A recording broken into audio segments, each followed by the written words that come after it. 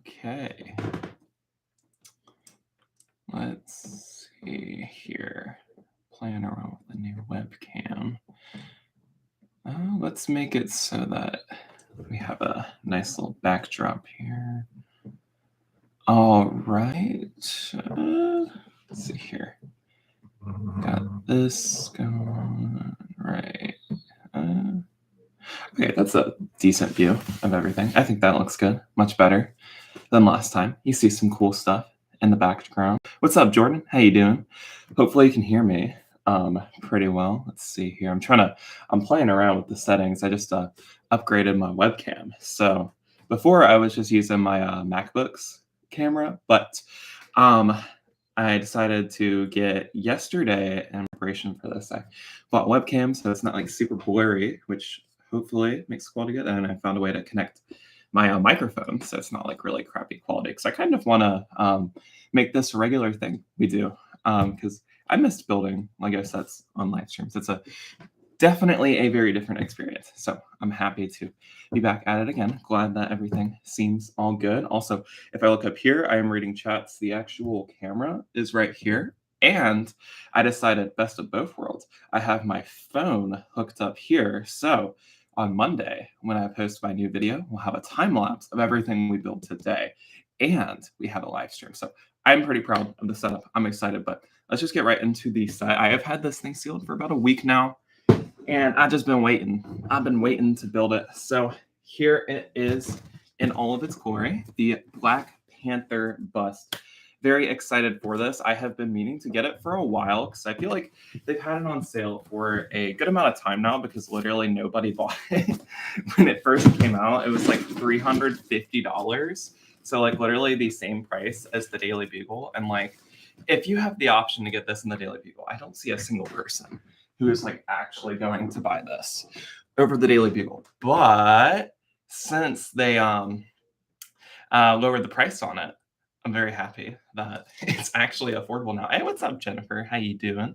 Welcome in. First live stream in forever. It's been at least 2 months since I've done one, and I think at least like 3 or 4 since I've done one on TikTok. So it's been a while, but we are back at it again. That looks cool. I know, right? It's one of my biggest UCS Marvel sets that I've got. I think the Captain America shield might be. It has more pieces, but I think this will actually be a bigger model because the Captain America shield just has a lot of really small pieces to it.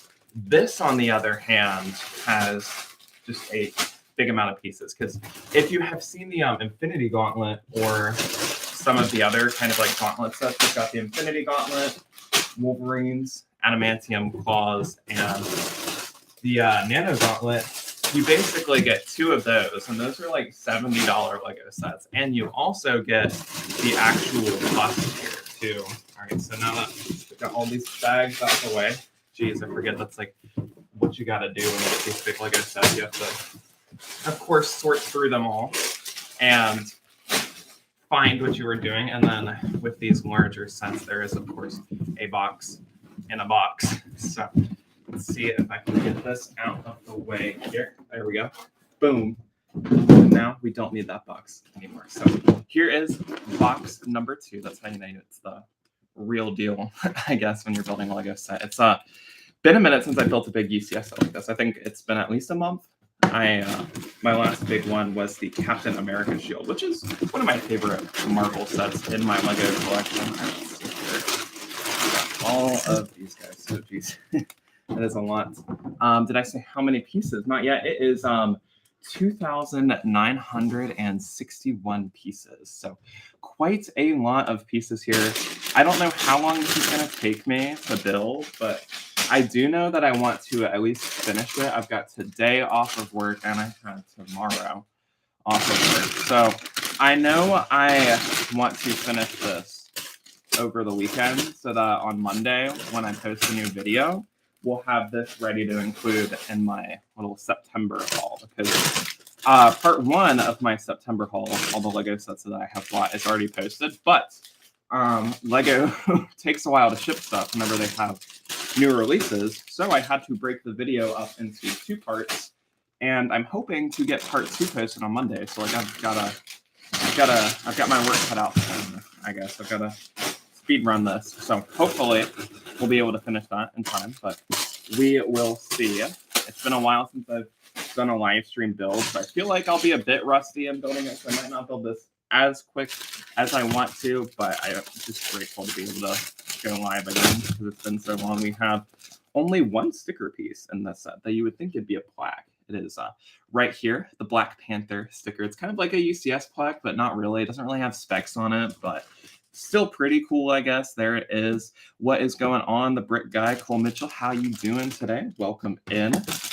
We are starting on the Black Panther bust. I was going to play Black Panther in the background, but I realized with my new webcam, the TV is literally right in frame, and this will definitely get taken down if I start streaming a movie. So I was like, oh, okay, well, guess we can't do that. But we have two instruction manuals. One is, they both have the same Black Panther logo on them. 1 and 2, I'm assuming they probably break it up into, like, this one probably gets you the gauntlets, and then the other one is most likely just for the actual cowl of Black Panther. So I think it'll be very exciting to put this all together. So I think the goal might be, I kind of want to split this up into 2 streams. So I kind of want to finish up everything in this instruction booklet for day 1. I guess no way I'm getting this done in 1 stream. It is way too big, and I don't want to burn myself out. That is something very important when you build a Lego set. Do not do too much in 1 sitting because it'll become more of a chore. But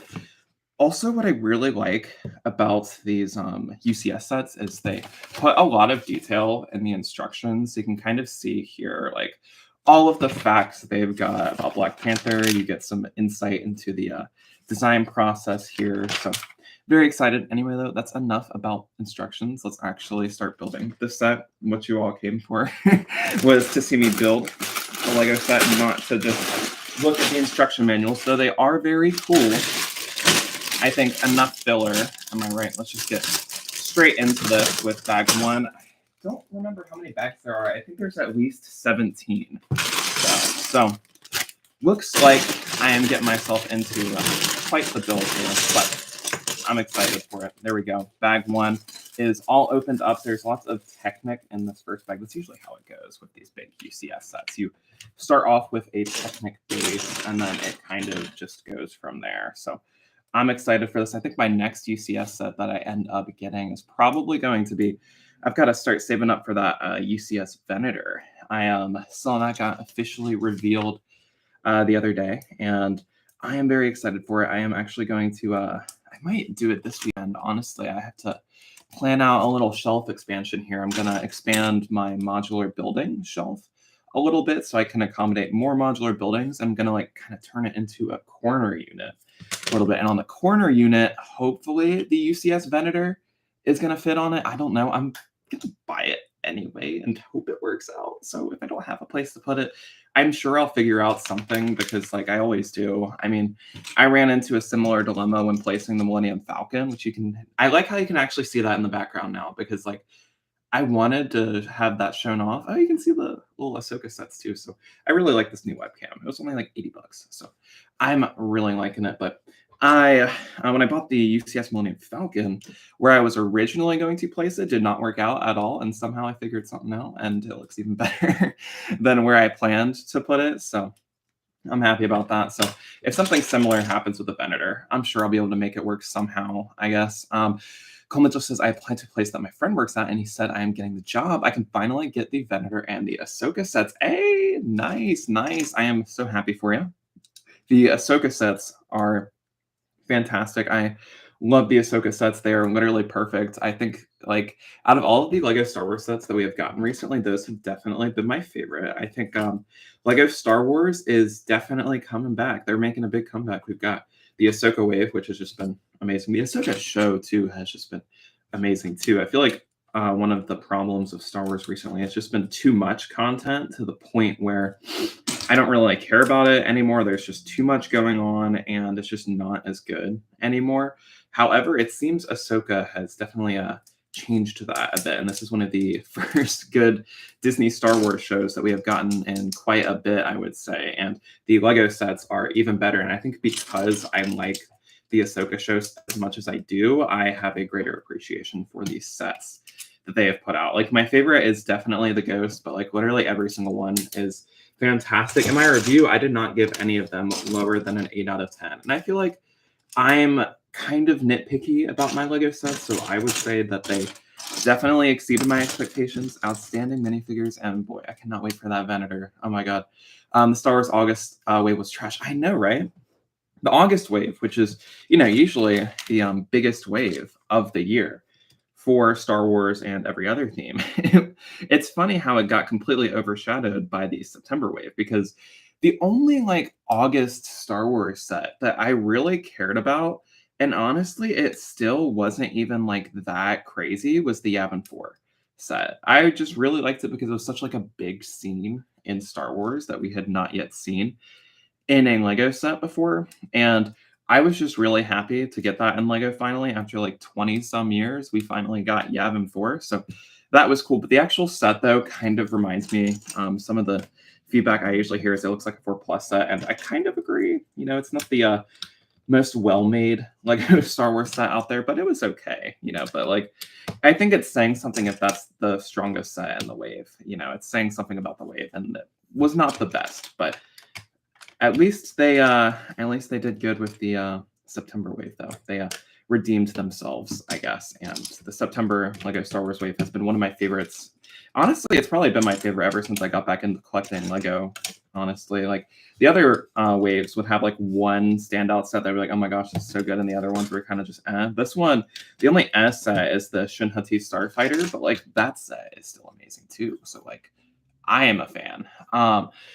Let's see here. I'm not a fan of the Yavin. It kind of looks like a 4 plus set, but 12 figs is amazing. Yes, the minifigures are outstanding, and they're actually like super expensive on Bricklink right now. I think it's mostly because a lot of people aren't buying this set because it is a little bit overpriced, in my opinion. Again, all Star Wars sets are overpriced, but like they did a good job with the September wave though. Not too many of them felt like it was like you were literally paying like way too much for them. So they got better with that, I guess. But because not a lot of people are picking it up though, those minifigures, they're very detailed, but they're also very expensive now too. And it's like, oof, dang.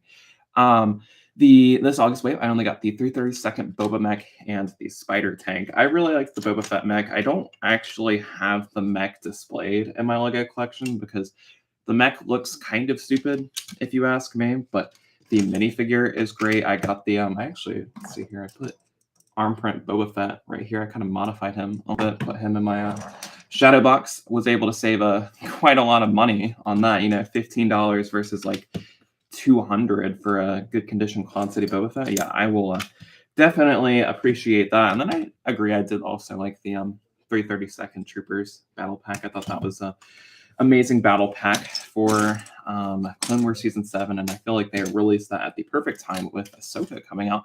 If you've seen Episode 5 of Ahsoka, I feel like you'll understand it's even better timing, I would say, because I feel like had they not released that battle pack, the value of the original 332nd Trooper that they did in the AAT, I feel like it just would have exceeded like just some absurd price amount, honestly, because it came back in Ahsoka, and there would have not been an accessible way to get it. So I think perfect timing on that. And the Spider tank is pretty cool too. I really liked the Bo-Katan minifigure. The set kind of, like nothing too crazy. It was cool, but like it's not really a standout in my opinion. But the Bo-Katan and the Mando minifigures in that set are amazing. That was definitely a set I bought for the minifigures, but I was kind of surprised at how good the set displays though too. I have it with my Imperial Light Cruiser, which is probably one of my favorite sets from the Mandalorian lineup. I think I like that and the Imperial Light Cruiser. And I also really like the Armor's Mandalorian Forge. Those are some good ones. I still need to get the UCS Razor Crest. That's been one I've been waiting for, maybe with the shelf expansion. We'll find space for that. I don't know if I'll get it soon though, but who knows. I guess we'll see about that. I'm definitely prioritizing the ECS Venator. So the Venator just looks amazing. I feel like that's going to sell out so quickly. So I'm already saving up a bit of money. I was originally going to get Hocus Pocus at the start of the month, but I think I'm going to hold off on that until closer to Halloween and prioritize the Venator because like amazing set, and I'll be able to do a little comparison of the two Phase 2 Captain Rexes as well. So I think that'll be nice. And I don't have a Venator in my Lego collection. I don't have a Star Destroyer either. So I think this will just look really cool. And where I'm going to place it, it'll go right above my Season 7 of Clone Wars poster. I'll show that off. So it'll go like right above there when I expand it. So I think that'll fit in very nicely. I think I'm excited to get the inhibitor chip like face print for Phase 2 Rex. So I think that'll be nice. I will say though, the gunship and the T6 are overpriced. The T6, I feel like I kind of disagree. I think the T6 is fairly priced. However, the gunship, I kind of agree with you on that. It's a little bit overpriced. I still bought it, but like, yeah, I will agree. Gunship definitely overpriced. I think the T6 is honestly the best value out of all of them. So like, I'm happy with that one. That was honestly, if the Ghost hadn't come out, that would have been my favorite, in my opinion. But yeah, amazing that it's almost Halloween again. I know, right? I'm getting into the fall theme. I actually have a, in my Marvel mug, I'm drinking some pumpkin spice coffee right now. I mean, the Light Cruiser is a Star Destroyer. Yes, you know what? You were right. Yeah, I remember that actually appears in Star Wars Rebels too. I remember I was rewatching Star Wars Rebels, and my first time watching it, I just like was completely oblivious to the freaking Light Cruiser. Like the Light Cruiser, they have that appear in Star Wars Rebels so many times. And I remember I had it because they made the set from Mandalorian Season 2, and then I had the Light Cruiser on the second rewatch, and I was like, oh my god, I have that set, and I thought it was really cool. Crazy how we never got one for the Star Wars Rebels line, but I'm happy we got one for the Mandalorian, so that was good. If you can't get the ECS Razor Crest, then get the Play Scale. It's about to retire, and it is amazing. I think that'll probably be the plan. My brother has it, and I think it looks really good. So I think that'll be good. And it would be cool to like have the UCS one and the Play Scale side by side. So maybe I will get that eventually. I fully admit I'm an adult who collects Star Wars Lego. My problem isn't so much with the price, it's with the quality and lack of care put in buying Lego that puts me off many of the new sets. I agree. One of my big gripes recently has been the printed waist capes on the Clone Troopers recently. They've kind of strayed away from giving us actual cloth pauldrons and waist capes on the Clone Commanders that they're putting in these expensive Lego sets. And that has kind of bugged me a bit. What I do like, though, recently that LEGO's been doing a good job of, I feel like they're kind of straying away from using stickers with the big expensive sets, though. Because if y'all saw with the UCS Venator, there are still stickers, which sucks. But like they've moved towards printing the UCS plaques, which I am definitely a fan of. But yes, I agree. They definitely take a few shortcuts that I wish they did not. You did Ghostbusters last Halloween, right? And something else. Yes, I did do the Ghostbusters Ecto 1. I did the Ghostbusters Ecto 1 set. And then I also did the Haunted House from the Monster Fighters line. I feel like I might have done something else too, though I can't fully remember what it was. But yes, I remember last year we went all out for Halloween, and I know I have to kind of continue that trend this year. I won't be as like crazy as last year though. I think literally the only set I'll do is it's a really cool set actually. I'm very excited for it. I hope it doesn't sell out. I might have to get it earlier than I thought, but Hocus Pocus, it's like the Sanderson sisters cottage, and I think that looks really cool. I have made space for it, so I know I'll be able to display it, which is good, but problem is UCS Venator though. I really want that, but I think it'll probably be later on in October when we do our little Halloween live stream. I might buy some Halloween minifigures too or something. So get into the mood, I guess.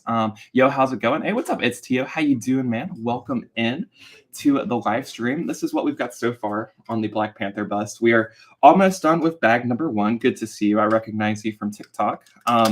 Good to see you though. We are finishing up bag 1. I think there's 17 bags, but I am not entirely sure. I just like got a glance when I was unboxing everything as to how many bags there are. I'm not really sure though. I haven't sorted through them. I only sorted through like the first like 5 because I was like, okay, I know I'll at least get through those bags, but then after that, I guess I'm gonna have more sorting to do, I guess. E-Wing has a great value though. I do like the New Republic E-Wing. Yes, the New Republic E-Wing is amazing. It's the first time we have gotten one since the Yoda Chronicles show. I know the Yoda Chronicles Jack 14's Starfighter is actually an E-Wing, but this is the first time that we actually get one in like 9 years, I think. So I was very happy with it.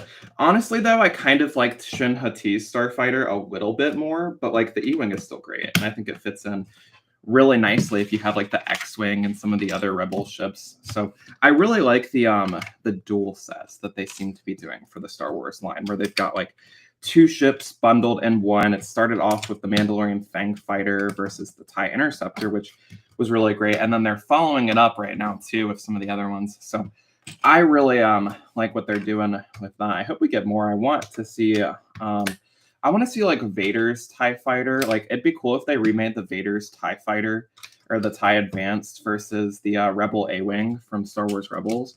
I would love to see a remake of that since they seem to be doing more dual sets recently. I want that because I still need Vader's TIE Advanced. I only have like the super small one that they give you in Vader's Castle. And I still need an A-Wing in my LEGO collection. So that'd be a good way to get both of them, I would say. So I hope that happens. I'm seeing The Dark Knight in theaters later today. It says it's here. Oh, nice. That's cool. I feel like a movie like that would be amazing to see in movie theaters. That's one of my favorite movies, if I'm being honest. I feel like The Dark Knight is just the perfect Batman movie. That and The Batman, I think, are my two favorites, I would say. The Batman was really good, but I feel like The Dark Knight just, you can't really top that one. But The Batman got pretty close, though. Also, boom. Here is bag number 1 of the Black Panther set, all done. Does it look like Black Panther? Kind of.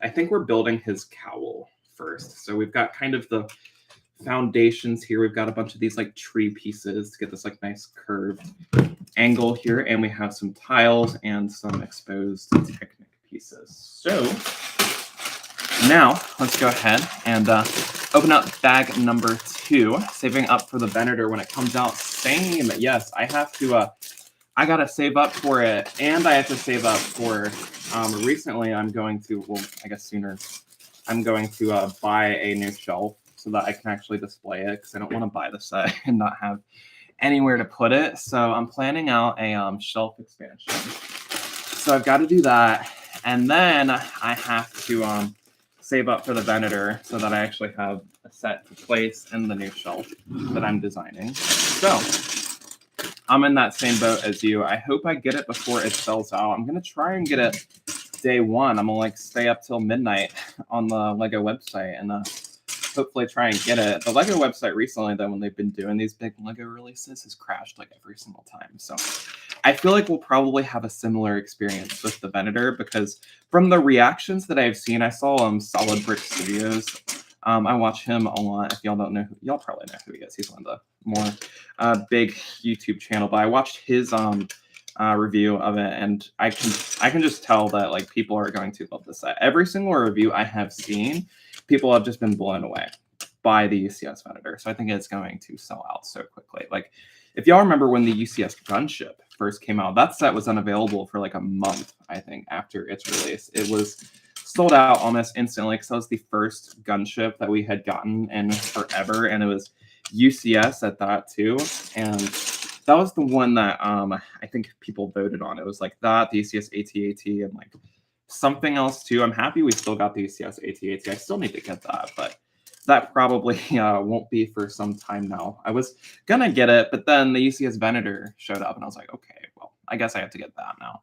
How open do I have my window? I have it like open at an angle so that like the sunlight doesn't really hit any of my Lego sets. It kind of it's like not like super open, but it's open enough to where I can get some sunlight in and not risk yellowing my Lego sets. So that's good.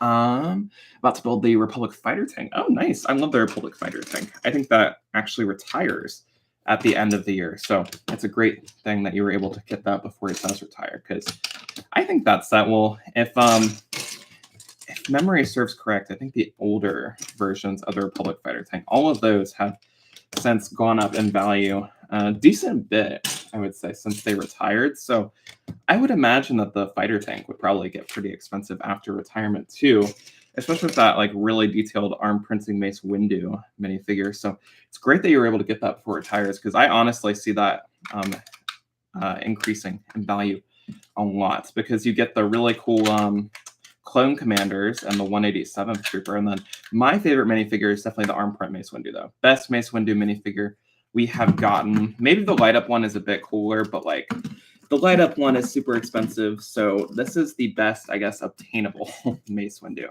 minifigure that you can get. I think Lego just did an amazing job with that figure, and I hope in the future that we'll continue to see kind of more of these like Clone Wars minifigure remakes with like the arm prints, like I don't know what they're called, like the Clone Wars armor where they have like the communicators and stuff. I would love to see that. Honestly, the Black Panther Bust is a pretty nice set, just not for the original price. Yeah, the original price, oh my god, $350. No way. I remember when it first came out around this time last year. I don't know, I think it was like November, I think, 'cause they were releasing it alongside Wakanda Forever. I remember when it first came out, I was like, oh my god, this set looks so nice. I really want it. Then I saw the price tag and I was like, okay, guess not. That's kind of how I feel about the UCS Hulkbuster too. I think the new Hulkbuster looks really good. Am I going to get it? No, because I have the 2018 one, but I thought that looked really good. It had a few problems, but like then I saw the price tag. I was like, nope. I don't even think I would buy that set on sale anymore, honestly. It's like almost like $600 for that set, and it's like, geez, what are they doing over at Lego? Who is buying that? But now that it's like $209, also, it was revealed recently, or I guess confirmed. I feel like everybody already kind of knew it, but this set is officially confirmed to be retiring at the end of the year. So only on store shelves for about a year because it has sold so poorly. But right now it's $209. You get about like 2,900 pieces in it. You don't get a minifigure, which kind of sucks. I would have loved to get like a super detailed like arm printing Black Panther minifigure or something, but you don't get that, which is unfortunate. Really wish you did, but oh well. You do get almost 3,000 pieces for $209, which is a great deal. And I feel like since this set has not sold very well, I feel like it might increase a lot in aftermarket value. Though I'm not entirely sure. Maybe it'll kind of just be one of those sets that's like always like super cheap. I don't know. But I would definitely pick it up before it retires. I can't give like a full recommendation until it's like done. But so far, I like the build. I like how it looks on the box. And it's a good value, I would say. I would maybe hold off until double VIP points, though. I think we're about to have a double VIP points weekend. That way, you get the sale price and you get some double points for it as well. So I feel like that would be just the perfect value there. But I went ahead and bought it anyway, though, because like I wanted something to fill the space on my Marvel shelf. This, I think, perfectly fit in there. I got like a tape measure just to make sure I went and looked at the dimensions of it on the Lego website. I have to do that anytime I get like a UCS set because I'm always so scared that like I'll buy the set, go through all the trouble of building it, and then I won't have space for it. So I always have to prepare, make sure it fits in the Lego collection, make sure it goes well with the sets I have planned next to it. Because before I had the box for the Series 2 of the Marvel CMS there, and like that looks really cool, but like at the end of the day, I would much rather have a Lego set fill that space than just an empty box. So like I'm excited to see this all complete. I think we'll be able to finish it. The goal is finishing it tomorrow, but we will see. I have the 2009 Vader's Tie. That was my first Lego set. Oh, nice. That one looks... I don't think they've ever really released a bad version of Darth Vader's TIE Fighter, if I'm being completely honest. All of the ones have been pretty good, especially... It's impressive how, like, even the one from, like, 2009 is still able to hold up. I remember I was gonna get that, but then I saw that they had, like, the one that was bundled with the A-Wing from Star Wars Rebels, which looks even better, though that one is super expensive also. Here's what we've got so far. I'd say we're about like halfway through bag number 2. And we've got more of the base here established. So it kind of looks like an anvil right now. But here's what it looks like so far. So I've got to make sure all these like plates are fully pressed into. Whenever you have like these big plate things, you really got to like put a lot of pressure on it so it's actually secure and doesn't like completely fall apart on you, because that sucks. You don't want to do that. I feel like I had that problem a lot with like the kind of UCS 1989 Batwing. That one was annoying. I had to like literally like go boom, like hammer that thing on the thing. I had the UCS A-Wing. It's such a nice set. I missed out on that one, but I think that one looks really, really cool. I think that was what, 2018, I think, when they released that guy. I think that set is amazing. I don't have it. I don't really think I would have space for it though, but I feel like That would look really good if you have space or if you already have it. I feel like the UCS X-Wing is definitely an underrated UCS set. I kind of want to get it before it retires because I think it looks really nice, but I feel like that would perfectly complement your UCS A-Wing on a shelf. You can have like the UCS Rebel Fleet, I guess. I think that would look really good.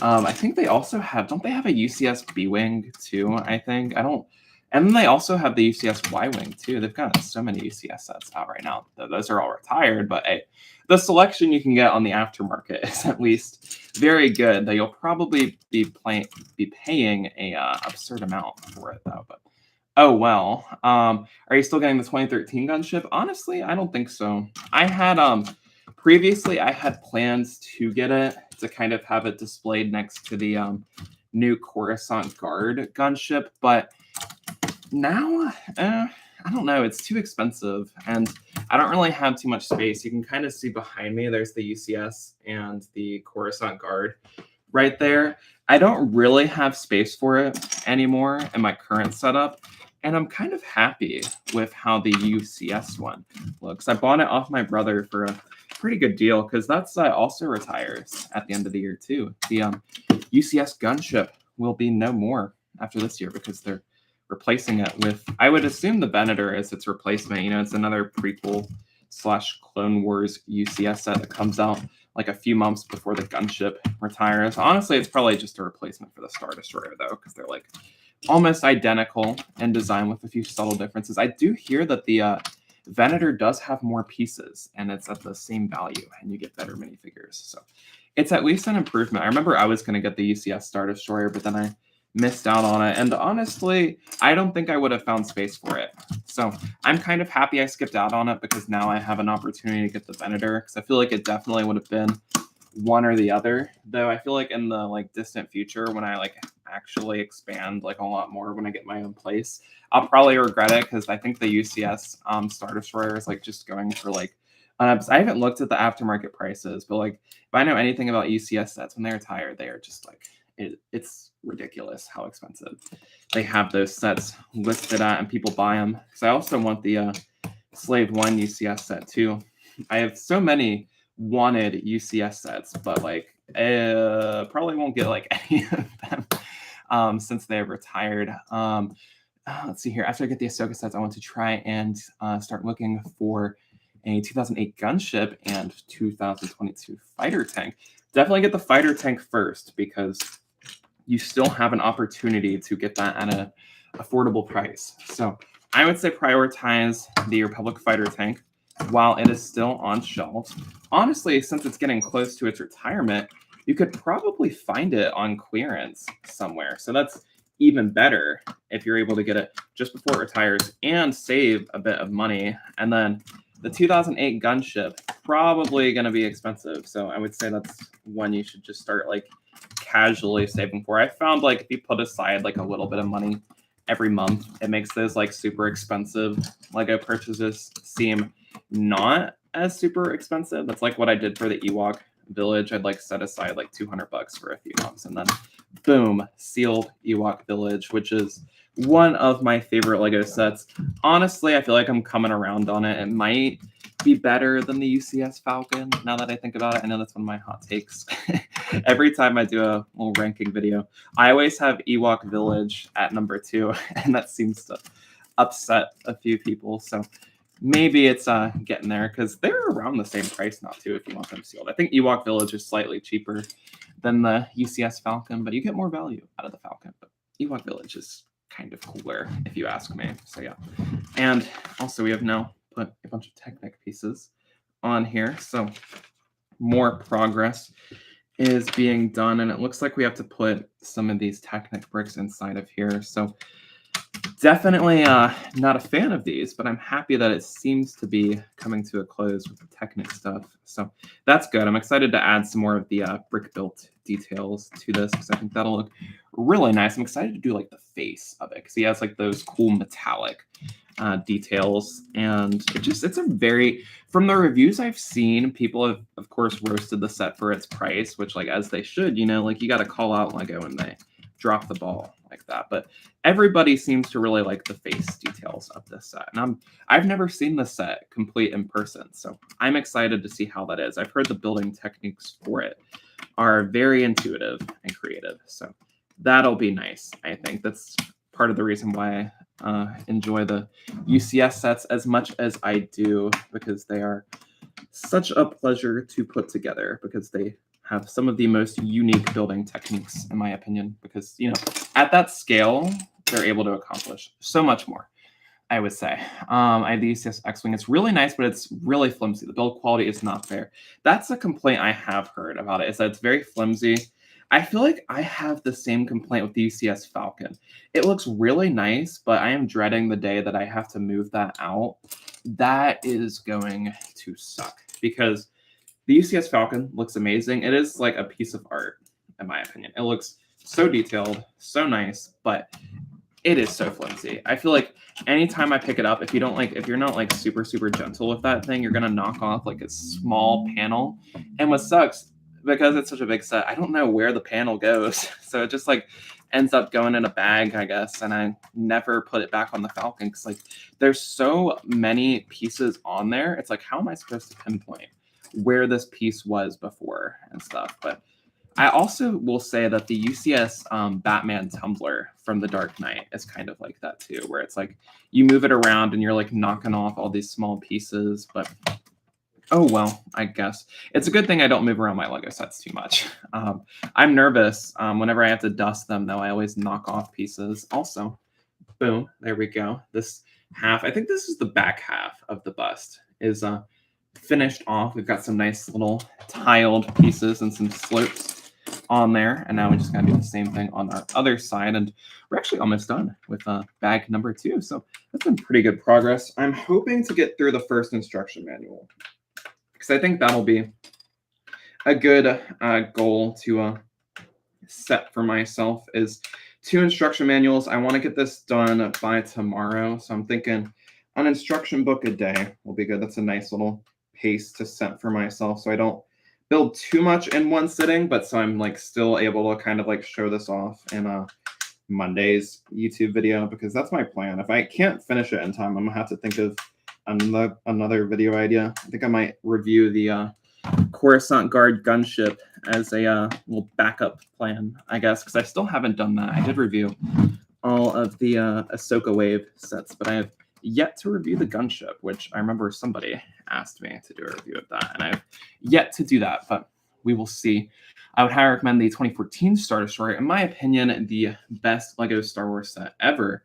Maybe I saw you were really excited to get that, and I definitely, if I were to get a Star Destroyer, I feel like the PlayScale versions would be a bit more affordable and much easier to display too at that. So I feel like that would be a good option for me. I would probably actually be able to fit that in the collection. I bet I could probably put it underneath the UCS Venator, because I think the Venator is like stacked up so high.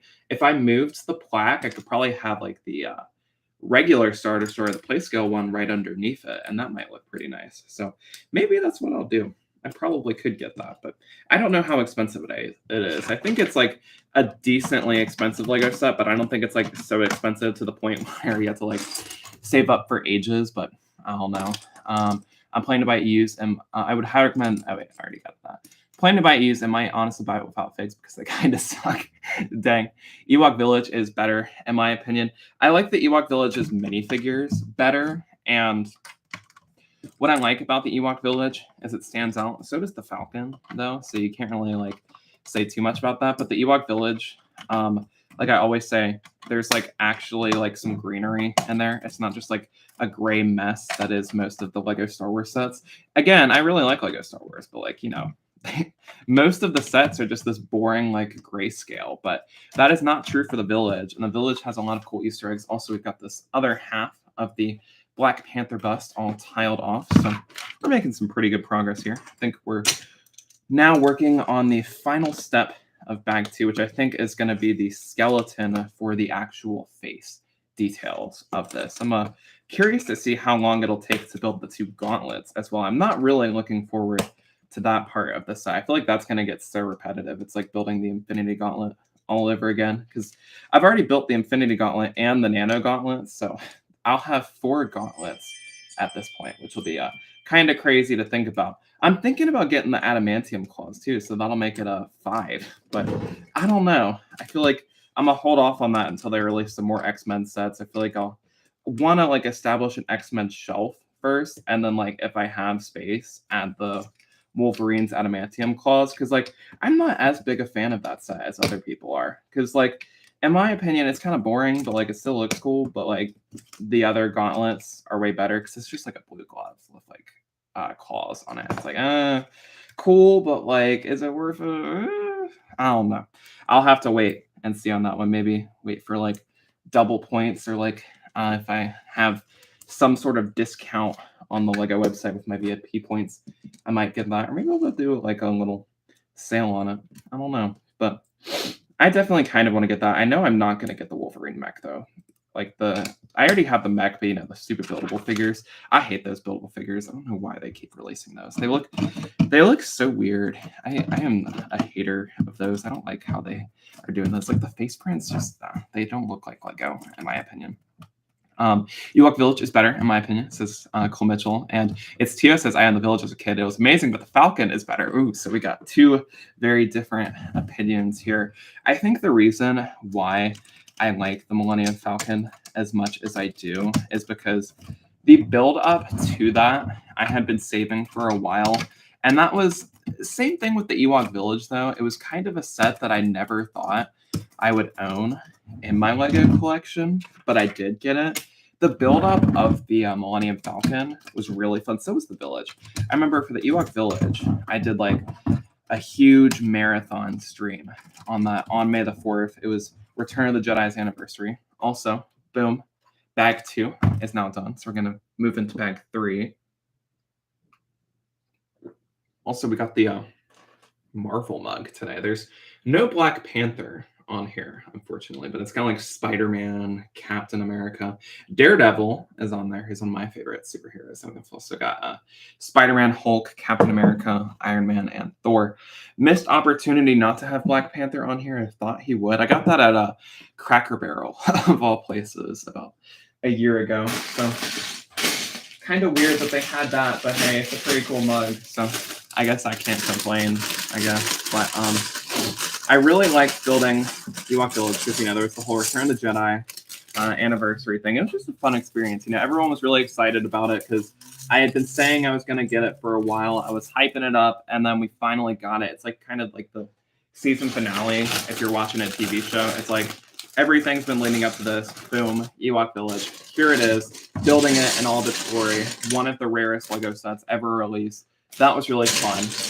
And the Millennium Falcon was really fun too, because what I did with the Millennium Falcon, I couldn't build that on live because I remember I got banned on TikTok live, which is why we're on YouTube right now. But honestly, I feel like that's a blessing in disguise. It led to the start of my YouTube channel, which I've really liked doing so far. And I feel like I've grown a decent following recently. I've been very grateful for that. And I really like the different format that YouTube offers for videos. But I remember I built that all in almost one day for the UCS Falcon. I did a marathon for that. It's almost 8,000 pieces, my biggest Lego set in my Lego collection, probably the biggest one I will ever own. I don't really see myself, I say that now, but I don't really see myself getting a Lego set that is bigger than the Millennium Falcon because that is just such a massive Lego set. And all the other UCS sets that are Star Wars based have less pieces than it. The AT-AT is the same price, but it doesn't have as many pieces as the Falcon. But what was so special about building the UCS Falcon to me is I remember I woke up at like 7 in the morning. It felt like it was Christmas morning for me. And it was just such a fun experience. I woke up at like, still remember, 7 in the morning. I set my alarm for like 6:30. I started building at 7. And I binge watched all of the Star Wars movies, all in one sitting. I had to like set up a foldable table in front of my bed because the UCS Falcon demanded a bigger space for me to build on, and my desk just wasn't going to cut it. My desk can't even like hold the entire Millennium Falcon. It like sits over the edge, so I don't even put it on here. So I couldn't there was no way I was going to be able to build that on my desk. So I had to bring out this like big foldable table set it in front of my bed to actually build that guy, which was kind of funny. And I binged watched every single Star Wars movie except the sequels. I didn't do that out of spite. I just like finished the set before I could get to the sequels. But I remember I watched all of the prequels, all of the original trilogy, Rogue One and Solo, all in one day. And I think I finished like 80% of the set on day one. I stopped building at around like 1 in the morning, I want to say. And the very next day, it took me like 2 hours and I was done with it. And I was so proud of myself. It was such a fun build too, because like as you're building it, they had like these, because they only started doing this with the recent UCS sets. Like the Ewok Village didn't really have those like cool Easter eggs in the instructions, but like they would tell you what you were building and what function it served on the UCS Millennium Falcon, and it was just amazing. I liked seeing the interior details and just like I was in a Star Wars mood that day. It was like it was May 4th, except it was in the middle of June for some reason, because that's when I ended up buying it, and I was just so happy with it. It was such a like it was a nice challenge to it as well. It was my first UCS Star Wars set, so like the first one was the big one, of course, and since then, I have only gotten the UCS gunship. Those are my 2 UCS Star Wars sets that I have gotten so far. So soon it'll be joined by the UCS Vendor, though. So I'm excited to see if I end up enjoying that more than the Millennium Falcon. I feel like I'll still like the Falcon more, but a lot of people have been saying that the reviewers have been saying that the Venator is their favorite UCS set. I feel like it'll be very close, but honestly, I think my ranking is going to remain the UCS Falcon at the number 1 spot. UCS AT-AT is probably going to be number 2 for me once I do get that. I've been meaning to for a while. Also, here's this one panel that we've got here. This is the side of T'Challa's face here. So I think this just snaps onto the side here. We have to build this one more time. So there we go. We're starting to get a decent idea of how big this set is going to be. It's already looking pretty good. It's looking less like an anvil now and more like T'Challa, which is good. So that's great. D does stuff. Deck does stuff. I'm sorry. What is up? Welcome in to the live stream. Hope you were doing good today. We are starting on bag number 3, I think, of 17 of the UCS Black Panther set. We are working on the side face details, and it's been a pretty good stream so far. It's good to be back. I haven't done a live stream in forever, and I have to say I do really like the building process of this so far. So if you're on the fence about this set, I would say definitely get it. The build has been good so far. My only other like big UCS Marvel set was the Captain America shield, and I hated building that set so much, but it was really cool. It looks great on display, but oh my god. If you are looking for a fun building experience, do not get the Captain America shield because it is so stupid. I remember it's only got like 3,000 pieces, and usually I consider myself like a pretty fast LEGO builder, but that one took me like 6 hours to build, and it was just like the same step over and over and over again. And I feel like I say that now. I really like the build of this set because I haven't gotten to the gauntlets yet, but so far for its discounted price, it's a 10 out of 10 for me. I haven't found anything that I dislike about the set. My only complaint is that this is a sticker and not a print. Kind of funny that it was a sticker because, like, let's be real here. When they originally released the set, it was $350 Daily Bugle price. How are they not going to have this be a printed piece? Like, what? I think it's kind of funny that people actually bought it at its original price too. I remember people were just like bombing the LEGO website with like terrible reviews of the set, and you'd have like the one person who bought it at $350, and I was like, dang, oof. I'm happy I didn't, because I remember I was on the fence about this when it first released. I was like, oh my god, this looks so cool, and it's Wakanda Forever is coming out at the time, and I was like, I really want this. I want to do a video on it while people are thinking about Black Panther. I'm happy I did not do it because I saved like $150 by getting it later rather than right away. So that was good. So definitely would not recommend this at the $350 mark, but I don't think they'll have it be taken off sale for a while. So that's good. I kind of just wish this was a normal helmet set. I just don't have space for this. LOL. Yeah, I've heard a lot of people have wished for that instead. And honestly, I feel like I kind of agree. it would have been much easier to fit this in, and I could have fit more Lego Marvel sets. Like, I think it would look really nice next to. I have the Star Lord, and I forgot I got the Venom bust too. I forgot I got the Venom one. I got that about like a month ago. I want to say also here's the other side panel that we've got here, and I think this guy just goes on the opposite side here. So gotta make sure this is actually snapping into our snot bricks here. There we go. Perfect. But boom, there we go. So I'm assuming the rest that we're gonna do for this bag is like actually covering up this detail right here. And then we'll add on more later. But there we go.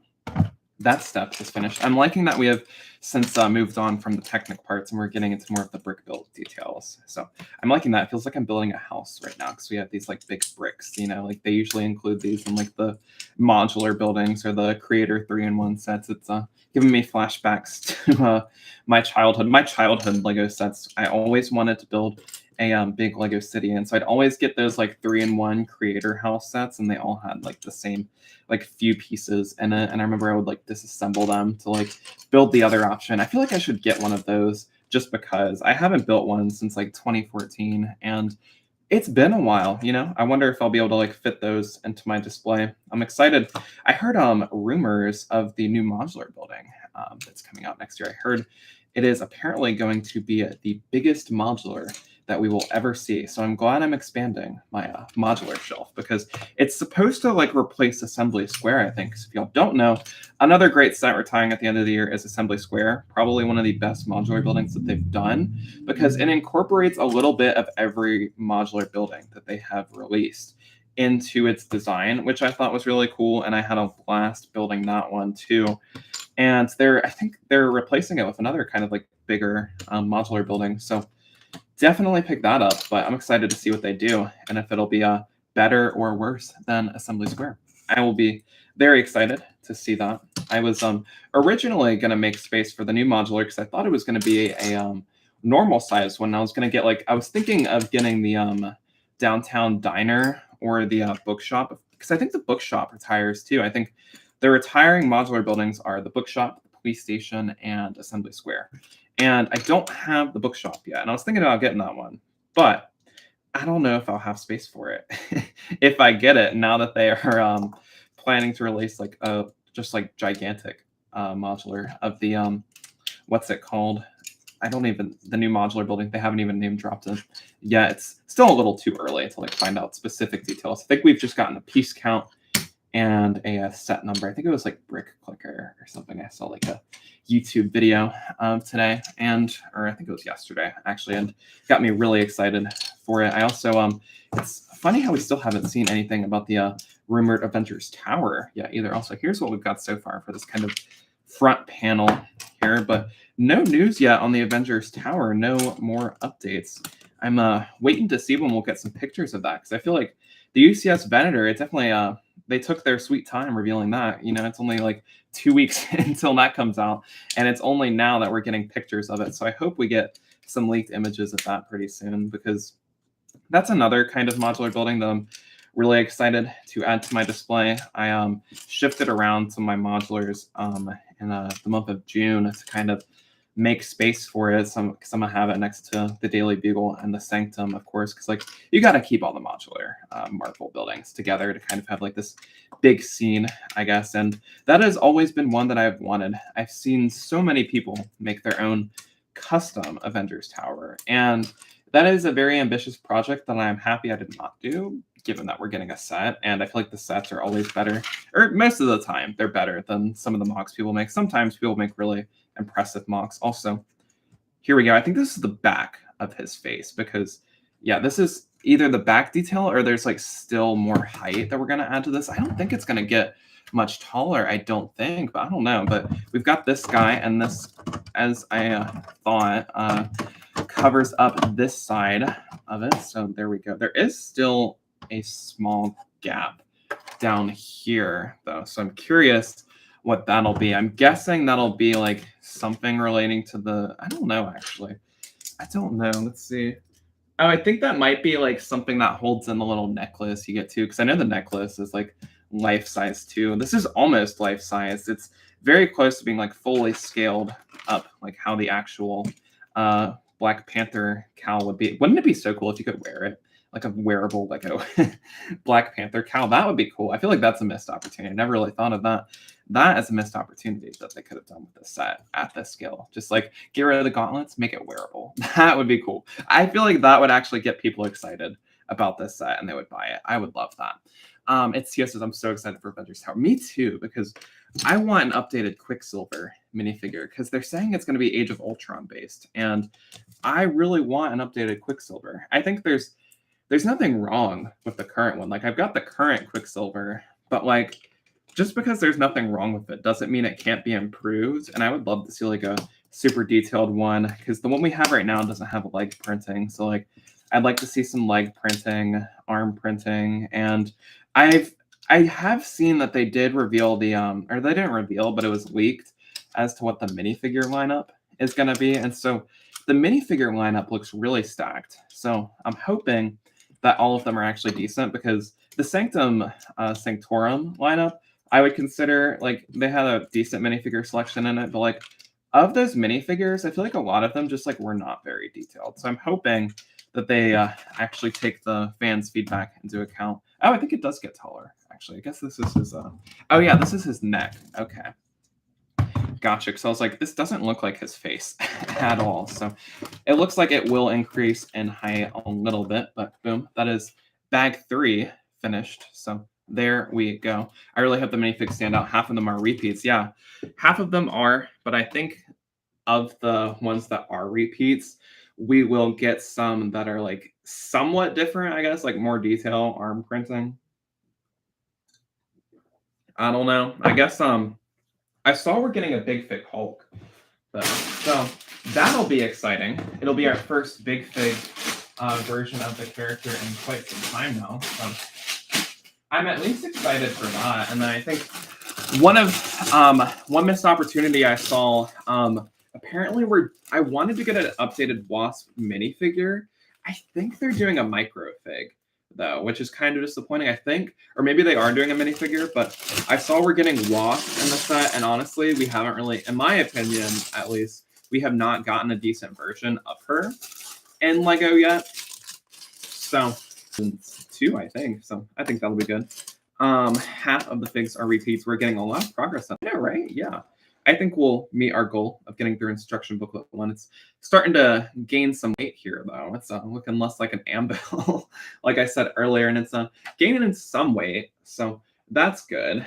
But bag 4 looks very small, so I think we've established most of the base for the set, which is usually the most time-consuming part of this. I've noticed when you build these big UCS sets, oh wait, there's a whole other bag for bag 4. Oops, I spoke too soon. See, this is like what I was saying earlier, where it was like I only sorted through the first 2 bags. Now I have to like dig through these and find the other half of the bag. So let's see. We are looking for number 4. It looks like, though, at least I'll be able to see how many bags are in the set, and it looks like it's 17 from what I can tell so far. 17 is the number. Boom. There we go. We found it. Bag 4. I'd love an updated Ultron minifigure. I know, right? Yeah, that would be so cool.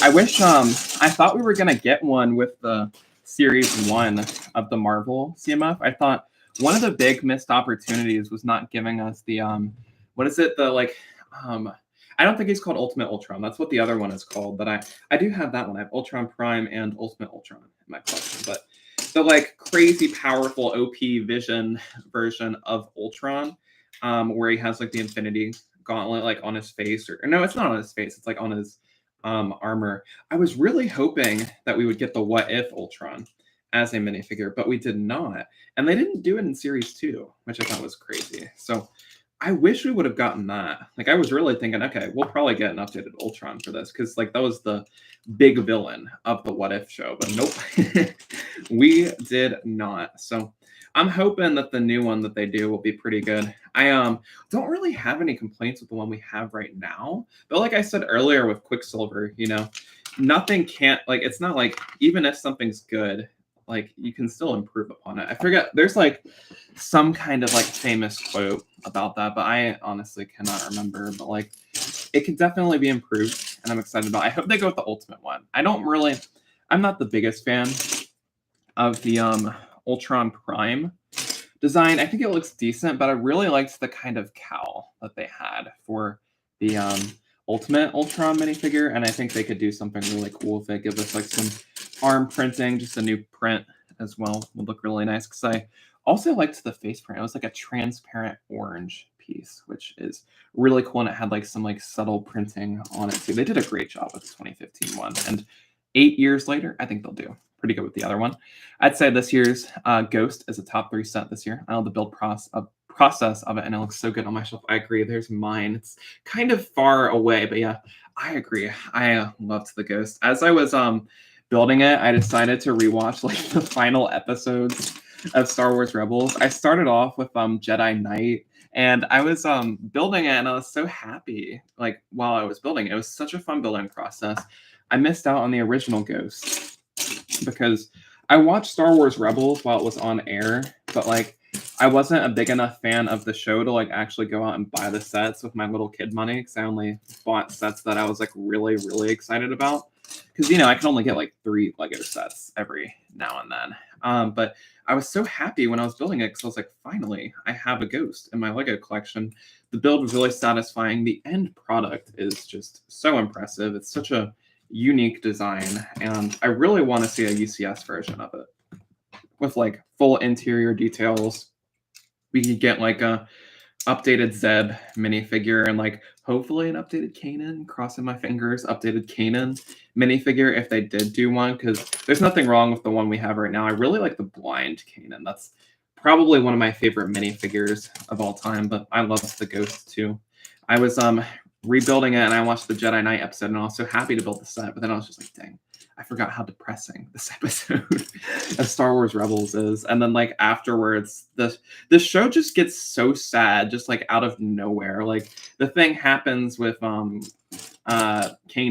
and then boom, it just gets so depressing, and it's like, dang, this is this is rough. Like I was just like building it, I was really happy, I had a smile on my face, and then for like 20 minutes, this is so sad, because Kanan's one of my favorite Star Wars characters. I was so happy. I won't go into like specific episode 5 of Ahsoka spoilers. I don't really say this is a spoiler, but if you haven't seen it by now, like, what are you doing? Ahsoka is literally like one of the best Star Wars shows we've gotten, and last week's episode was amazing. But I remember they name dropped Kanan, and I was so happy when they're talking about Jason sensing Ahsoka like in the World Between Worlds, and he goes, he has abilities. His father, Kanan Jarrus. I was like, yeah. But of course, that got overshadowed by literally everything else that happened in that episode, though. The name drop of Kanan was like the smallest, like I guess cameo or whatever out of the entire episode, because last week's episode was crazy. Like they just did so much with that. I was like, oh my god, I don't know how they'll top it this week. It's almost time. Tuesday is coming up. I'm so excited for next week's episode. I think we're finally going to see Thrawn, but yeah. I love the build. Oh wait, I have all the rebels except for Zeb and Thrawn. I have Zeb. I still need Thrawn. I really want him to put in my shadow box, but I have yet to find a good deal on him, because he's so expensive, and I feel like he is not going to get any cheaper. If anything, he has increased in value because of the Ahsoka show. So I'm hoping they re-release him, because I really want Thrawn, but I'm not really willing to, especially with all the recent Lego releases and the planned releases that they're having for the rest of the year. I don't really want to budget some of my money to buy Thrawn when they'll probably remake him. I hope they do soon, but I still need him. I really want Callus as well. I need Agent Callus, and I want Rebels Ahsoka. I don't really want her as much because of the new Ahsoka figure, but like it's the only one I don't have, and I kind of like the collector in me wants all of them. So like really hope I can get that. I have Sabine with her helmet. Oh, nice. You know what? About the Sabine's helmet, I'm so mad. I remember I could have bought her helmet for like $15, which I thought was expensive at the time, like a few years ago. And now that I saw that her helmet goes for like $100 now, I'm so mad at myself. I was like, I could have had her complete with the helmet for $15, and she goes for like $100 now. I was so mad. So mad. There's this like one seller on Bricklink that was literally, he had like 20 of her helmet for some reason, selling them for $15, and I didn't buy it. And that is one of my biggest regrets ever, because that has gone up so much. I do have the new one though, and the new one's cool, but like the OG Star Wars Rebels one is way better, in my opinion. I like the helmet and the design of the figure a lot better. Kanan's my fifth favorite Jedi. He's the GOAT. I don't know how I would rank Kanan for favorite Jedis. Honestly, I think one is Anakin, and then I think it goes Ahsoka, Obi-Wan, Plo. No, I think Plo Koon's my third. Fourth is probably Obi-Wan. I'd say he might be number 5 too. Honestly, I don't know. I also really like Kit Fisto, but Plo Koon's the GOAT. I really like Plo Koon, Ahsoka, and Anakin. Plo Koon has always been kind of one of my favorites. I actually found out, I saw this documentary on the Ahsoka show that they released on Disney Plus. It's like a 7-minute mini documentary.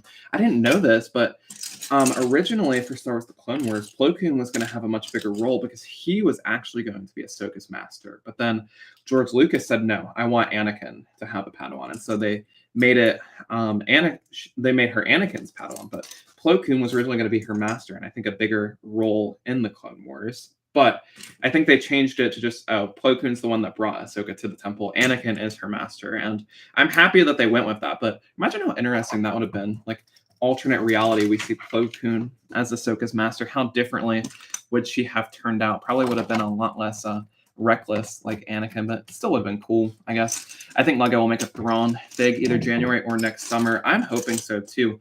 I remember somebody commented on one of my videos saying that they hope we get the white Ahsoka that we see in episode 5, where she's kind of like faced her past, and I think the white symbolizes her accepting her past and finally dealing with all of the trauma that was her Vader / Anakin experience, I guess.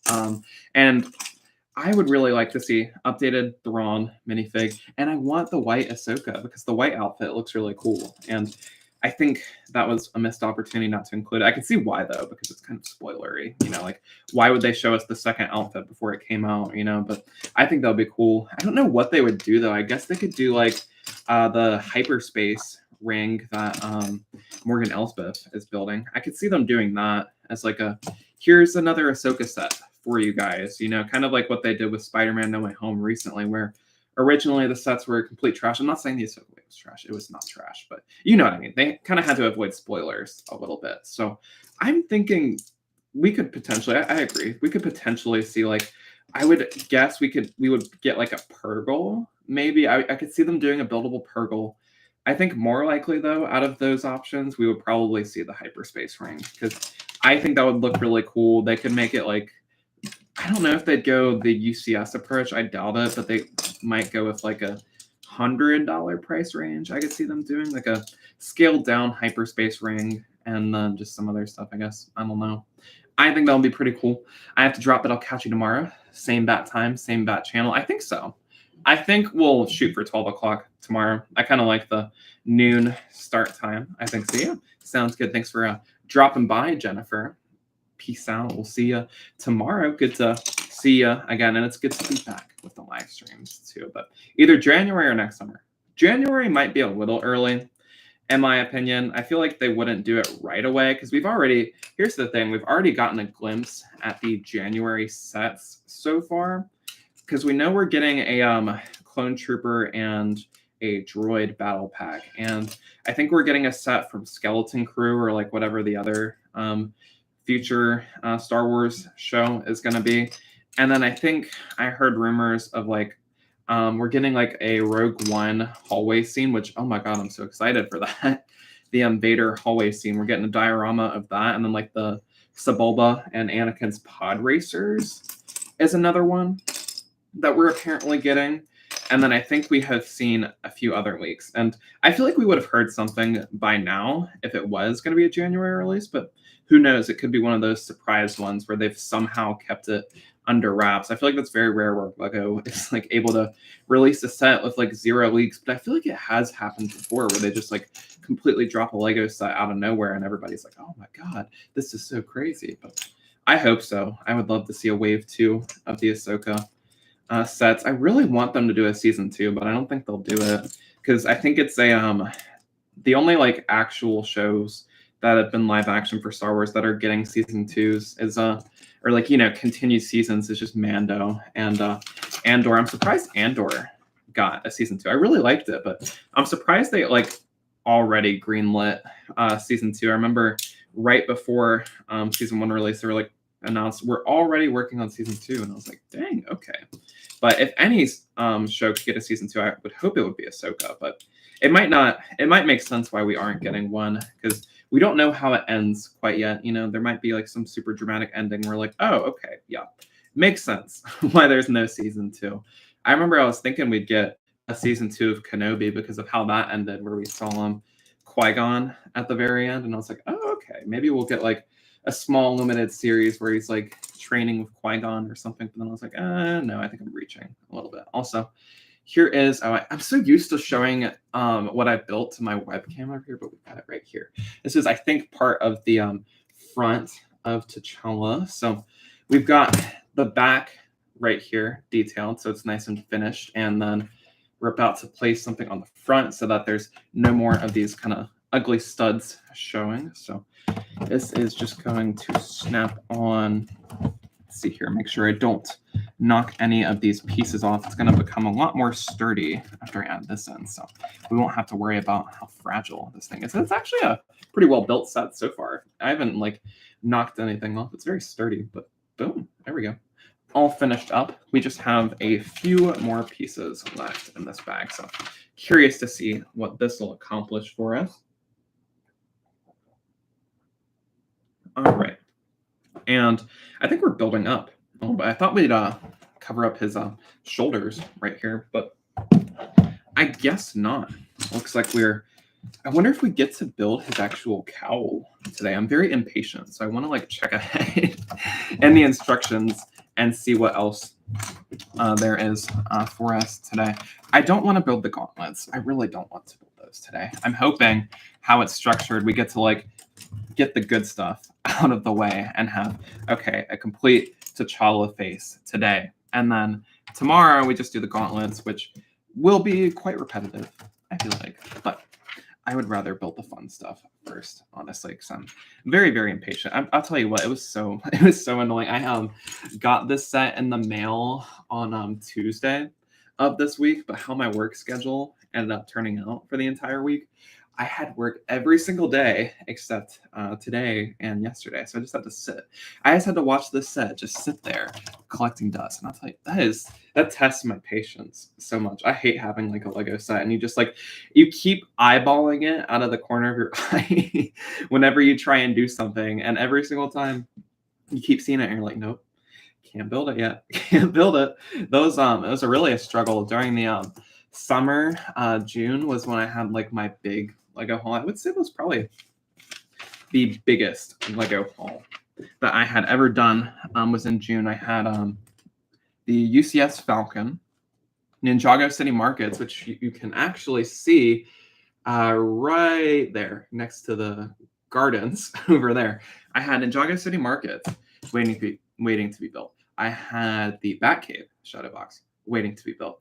And then I also had the UCS Falcon waiting to be built. And I was like, dang, all of these sets that I want to build, but then I can only build one at a time. And it was very annoying. I was like, oh my gosh, the patience. I was tested a lot, I would say. And it was very annoying with the August wave too, because the August wave, even though the Star Wars kind of sucked for August, the Marvel stuff was amazing. Now I remember, I think I built literally every single set in one day. I just had like a marathon of a building day, which was pretty fun. I always like those days where you just literally the only thing you do is build Lego. That's honestly what I feel like today is going to be like.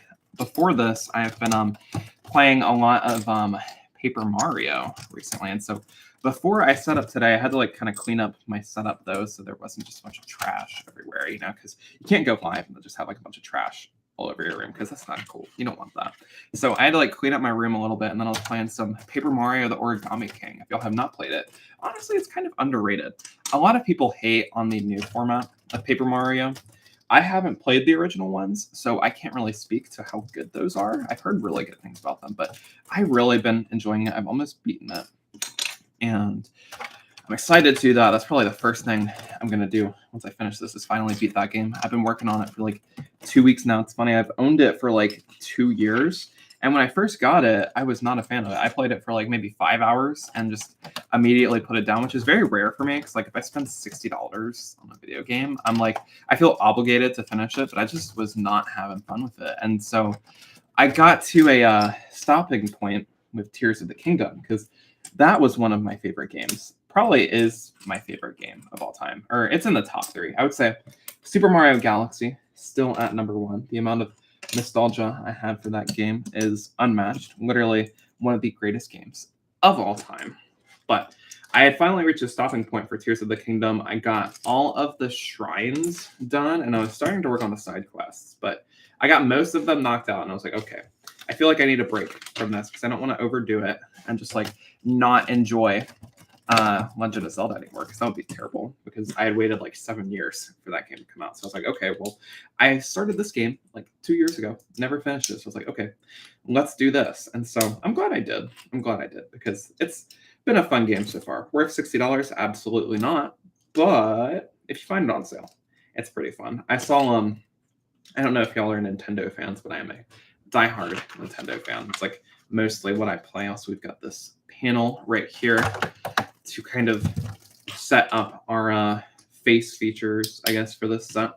But we got a Nintendo Direct, I think it was yesterday, and or maybe it was the day before. I think it was the day before. But we got a Thousand Year Door remake for Paper Mario coming out, which will be really fun. It's an HD remaster of Paper Mario: The Thousand Year Door, which I'm very excited about, because the only like OG Paper Mario game that I have ever played was on the Wii. I had Super Paper Mario, and that doesn't even follow the format of the Paper Mario games at all. So I'm excited to like finally play a quote unquote classic Paper Mario game. So that'll be fun. I've also got to play been meaning to beat Super Mario Sunshine. It's Mario 3D All Stars, great value. I think it's still available if you go to like Walmart or something, but I know you can't buy it straight from Nintendo anymore because for some reason they only decided to release it for a few months, which makes 0 sense, but like whatever, I guess.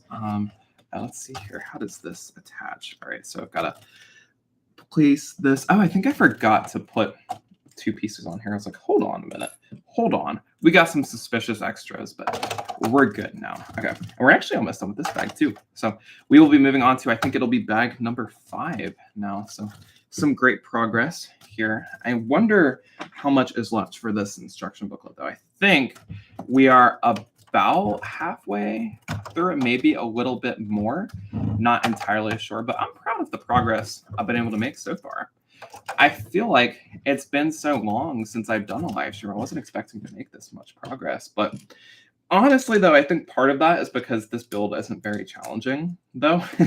I feel like with UCS sets, it's either really easy or the set is just like obnoxiously difficult in how you build it. This one has been pretty straightforward, I would say. So that's definitely helps me out a lot, and I haven't had to like undo a step. I'll tell you what, that is the most stressful thing ever when you're doing a live stream. And then I did this for the Batwing. When you're building and then you completely mess up a step, but then you don't realize that you messed up, and you find out you messed up like at the very end of the instructions, but the mistake you made happened all the way at the start. And you're like, oh, okay, well, I have to literally disassemble everything I just did in order to make this thing work. And that is not good. Also, here is this final little plate here, and I think this goes up front here. So this will slide on right there. I really like all of the, you don't really see them because they're going to get covered up eventually, but it's a nice color. It's like a little magenta that I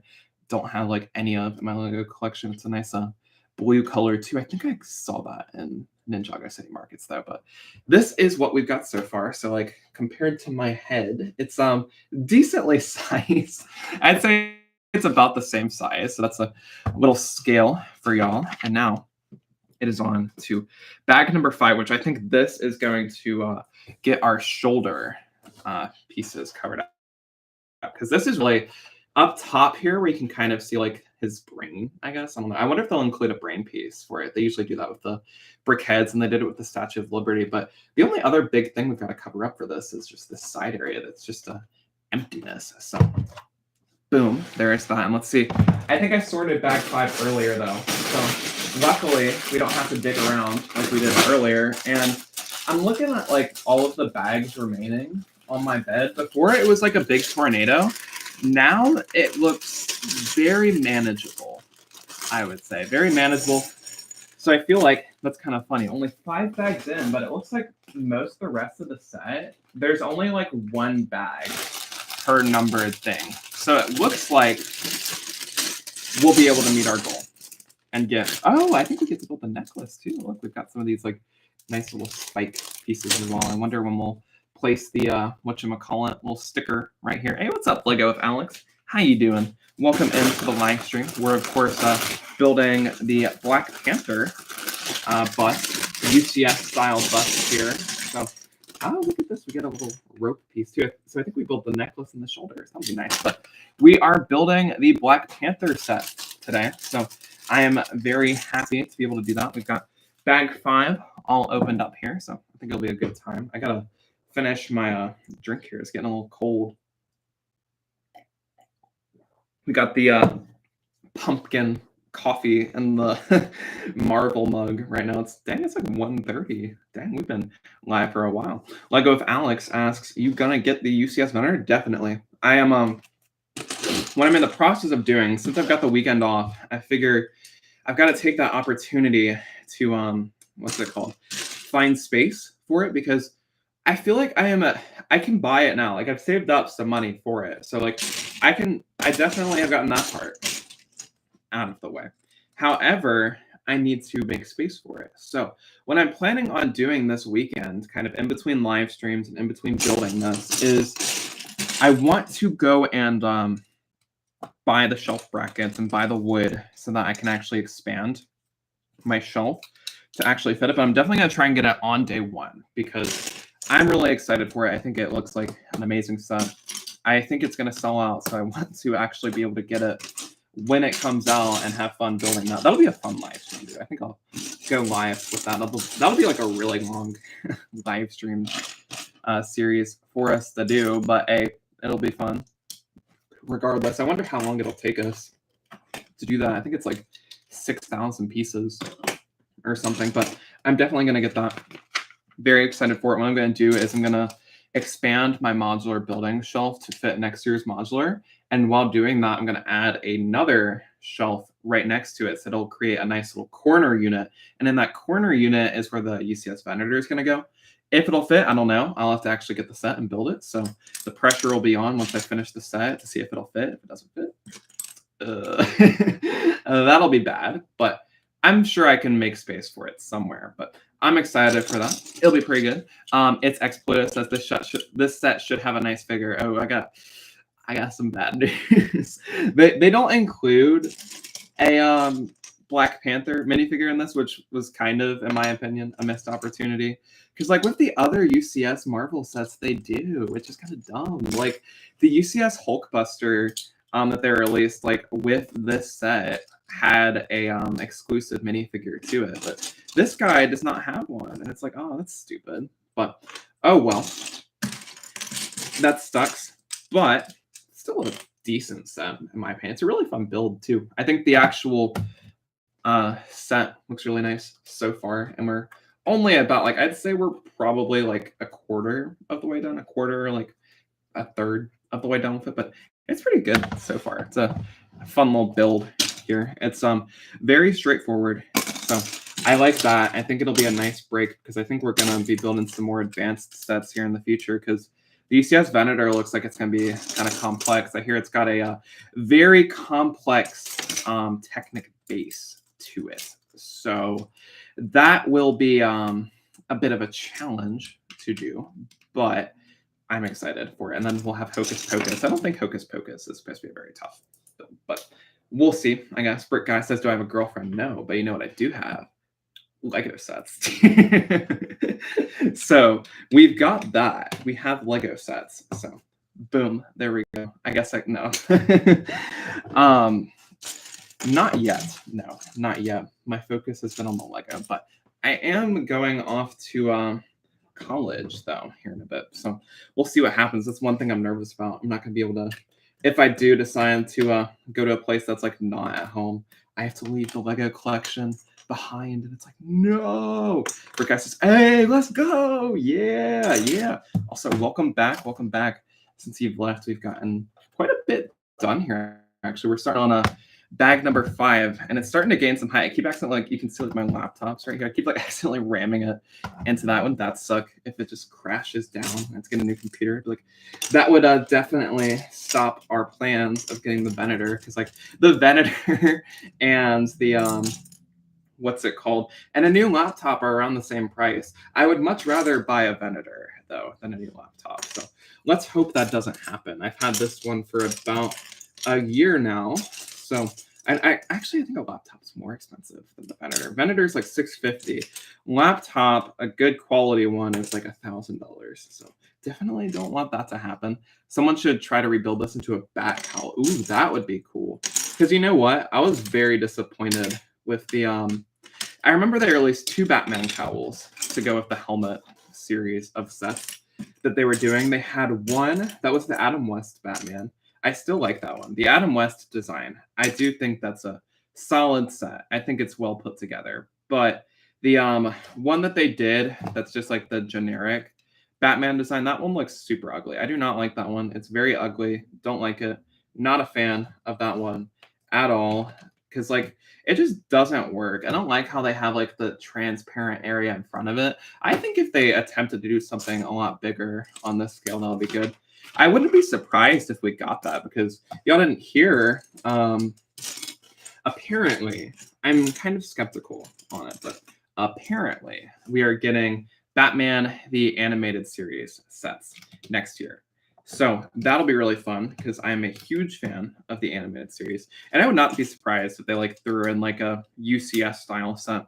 And there, I think we are already getting. I don't know if it's still gonna happen, but we're getting like a Lego art set that's gonna be like kind of 3D, and it's gonna be a skyline of Gotham City based off of the animated series. And we're gonna get a lot of cool characters in that. I heard we're supposed to get like Joker, Batman, and apparently we'll also get the what is it, the Phantasm in that set too. So that'll be exciting if it actually ends up happening. I don't know. And then we're also getting like play scale sets too. I would love to see like a Batcave or something, but I don't know. I don't want to get my hopes up too much, because I feel like it might just be like regular Batman sets and everybody's saying, oh, animated series, but that should be regular ones. And that would suck, getting my hopes up so high for that and then just like getting disappointed with, oh, never mind, just regular Batman sets. I would be so mad about that. But I really hope the rumors are true. I really want some Batman the Animated Series stuff. I feel like that has been one of the biggest missed opportunities by LEGO with their DC theme, because everybody's a fan of the animated series. It's like, in my opinion, Batman the Animated Series is the best portrayal of Batman, if you ask me. I love the animated series. I only recently started watching it too, so I am a big fan. I still need to finish it though. I'm on season 3, like halfway through season 3, I think. I'm honestly a huge fan of the helmets because of how overpriced they are. Yeah, you know, they're actually discontinuing. I think they're discontinuing it in favor of the MIDI scale sets next year. I heard rumors of that, which I was kind of disappointed about, because I was really hoping for like a Bo-Katan helmet and like maybe a General Grievous one. But apparently, because the Superstar Destroyer MIDI scale set sold so well, I feel like I should get that set too. I still haven't gotten it, and I've heard great things about it, and I feel like it wouldn't be too hard to fit into my display. But the MIDI scale Star Destroyer did so well that they are launching a whole other Star Wars sub theme based around those sets, and they're going to do the Tantive 4, I think, and the Millennium Falcon. And that is apparently going to replace the helmet series. So I kind of wish the helmet series continued, but hey, whatever. I'll be excited to see what MIDI scale ships they release, and if they'll be as popular as the Superstar Destroyer has been. So that'll be exciting to see, I guess. Though I really wish they would have given us Bo-Katan before discontinuing the line, but oh well. Oh well. I just like playsets don't go for the displays or helmets. We need a DC comeback. I know, right? The only really good DC set we've gotten recently, and honestly, this set still had its flaws, in my opinion, was the Batcave Shadow Box. I also like the Batman 89 sets that they did, but like I didn't get any of them because like the Batmobile is the exact same as the one in the shadow box with like a few subtle differences. The Batwing is cool, but like I have the 1989 one that's like kind of the UCS one, so I'm like, I don't really think I should get that if I already have the UCS one. You know, like why bother? But I kind of like the play scale sets too because they're easier to fit into my display, and usually they come with more minifigures. With UCS sets, you either get like way too many minifigures, which I guess is a good problem to have, or you get like just one. So that is definitely one advantage to it. Also, you don't have to spend like $400 on a play scale set. Most of the time, you don't have to spend $400 on one too. So that's good. More affordable, easier to fit into the LEGO collection. Usually more minifigures and much more accessible too at that. So I am definitely a fan of that. I feel like the only DC sets we have been getting recently, though, are the UCS ones. But a DC comeback would be nice. I would love to see like an actual DC comeback and not just Batman. But if we get animated series sets, I wouldn't mind them only being Batman related. But I would really like to see like a Superman the animated series lineup or like a Justice League Unlimited. If they did that, that would be cool. Also, here's the first shoulder of Black Panther. So I'm assuming we're just going to build the other one and the necklace. That's what it looks like so far. And this one is going to attach right here. We placed the clip where it actually goes on to already. So let's see if I can snap this and the place. There we go. And it already looks much more complete. So there we go. It's definitely gaining some weight now. It's like, I'm like, oh gosh, I can't pick it up as easily as I could earlier. The only ones that's will still be out next year: Darth Vader, Cody, Rex, and Mando. Dang, that is not a very big selection at all. I'm surprised Vader is still going to be out, but I guess it's Darth Vader. If you're going to get one, you might as well get like the main character. I remember I was so excited when that first came out. I bought that on release day. I got that, and I think I didn't get the Scout Trooper, but I got some other Star Wars set too. I got that and Trouble on Tatooine, I think, were the two that I bought right away, and I was so excited for both of those. Kind of regret buying Trouble on Tatooine though, because I was excited for the new Mando minifigure, but then they threw it in like a million sets. So like the only reason I bought it was for Mando and Grogu, but I have since gotten like 4 Grogus and like 4 different Mandos. I'm like, okay, well, kind of wasted my money there, but it was all right. Whereas the old Death Star duel now, oh yeah, the Death Star duel that I have since replaced, because I used to have the 2020 version of the Death Star duel displayed with my shelves, but as you all know, they released a much better diorama version of the Death Star final duel this year for May the 4th. That was part of my May the 4th haul. I got that and the Mandalorian Fang Fighter versus TIE Interceptor, so I could qualify for the gift with purchase threshold that they had for it. You had to spend like $200 to get, or I think it was $160 that you had to spend to get everything. So those were the 2 sets I got, but I already had the final duel from 2020, so I replaced that with the diorama because the diorama, in my opinion, is way better. It's like one of the best ones that they've done. I only like the Empire Strikes Back Dagobah training one is the only one that I like more than the Death Star. And the Death Star, honestly, I feel like I only like the Dagobah one because Empire is my favorite movie. So like I've got a lot of I wouldn't say nostalgia, but I just have a bias to that one, I would say. But that is in my closet, just collecting dust in there. I feel like I should sell it because I'm literally not using it at all. But oh well, I don't know if I actually will sell it. I would definitely keep the minifigures because I like having the royal guards. Though I did get a new set of the Emperor's like guards though, and the Vader's castle set. So like I don't even really know if I should keep the minifigures. I might just sell the complete set if I'm being completely honest, because like the only exclusive minifigure in that was the whatchamacallit, or the only exclusive one that I cared about were the Royal Guards. But like I have another set of them now since I got Vader's castle. So it's like, why not just sell the thing? Because the Luke Skywalker, I have a duplicate of, and then I've got like a million Vaders in my collection too, but I don't really know if anybody would actually want to buy that one now that the new one is on shelves and is way better. So I don't know. Where's Trouble on Tatooine? Trouble on Tatooine is actually destroyed. Yeah. That one is not collecting dust. It is like in a bin and destroyed.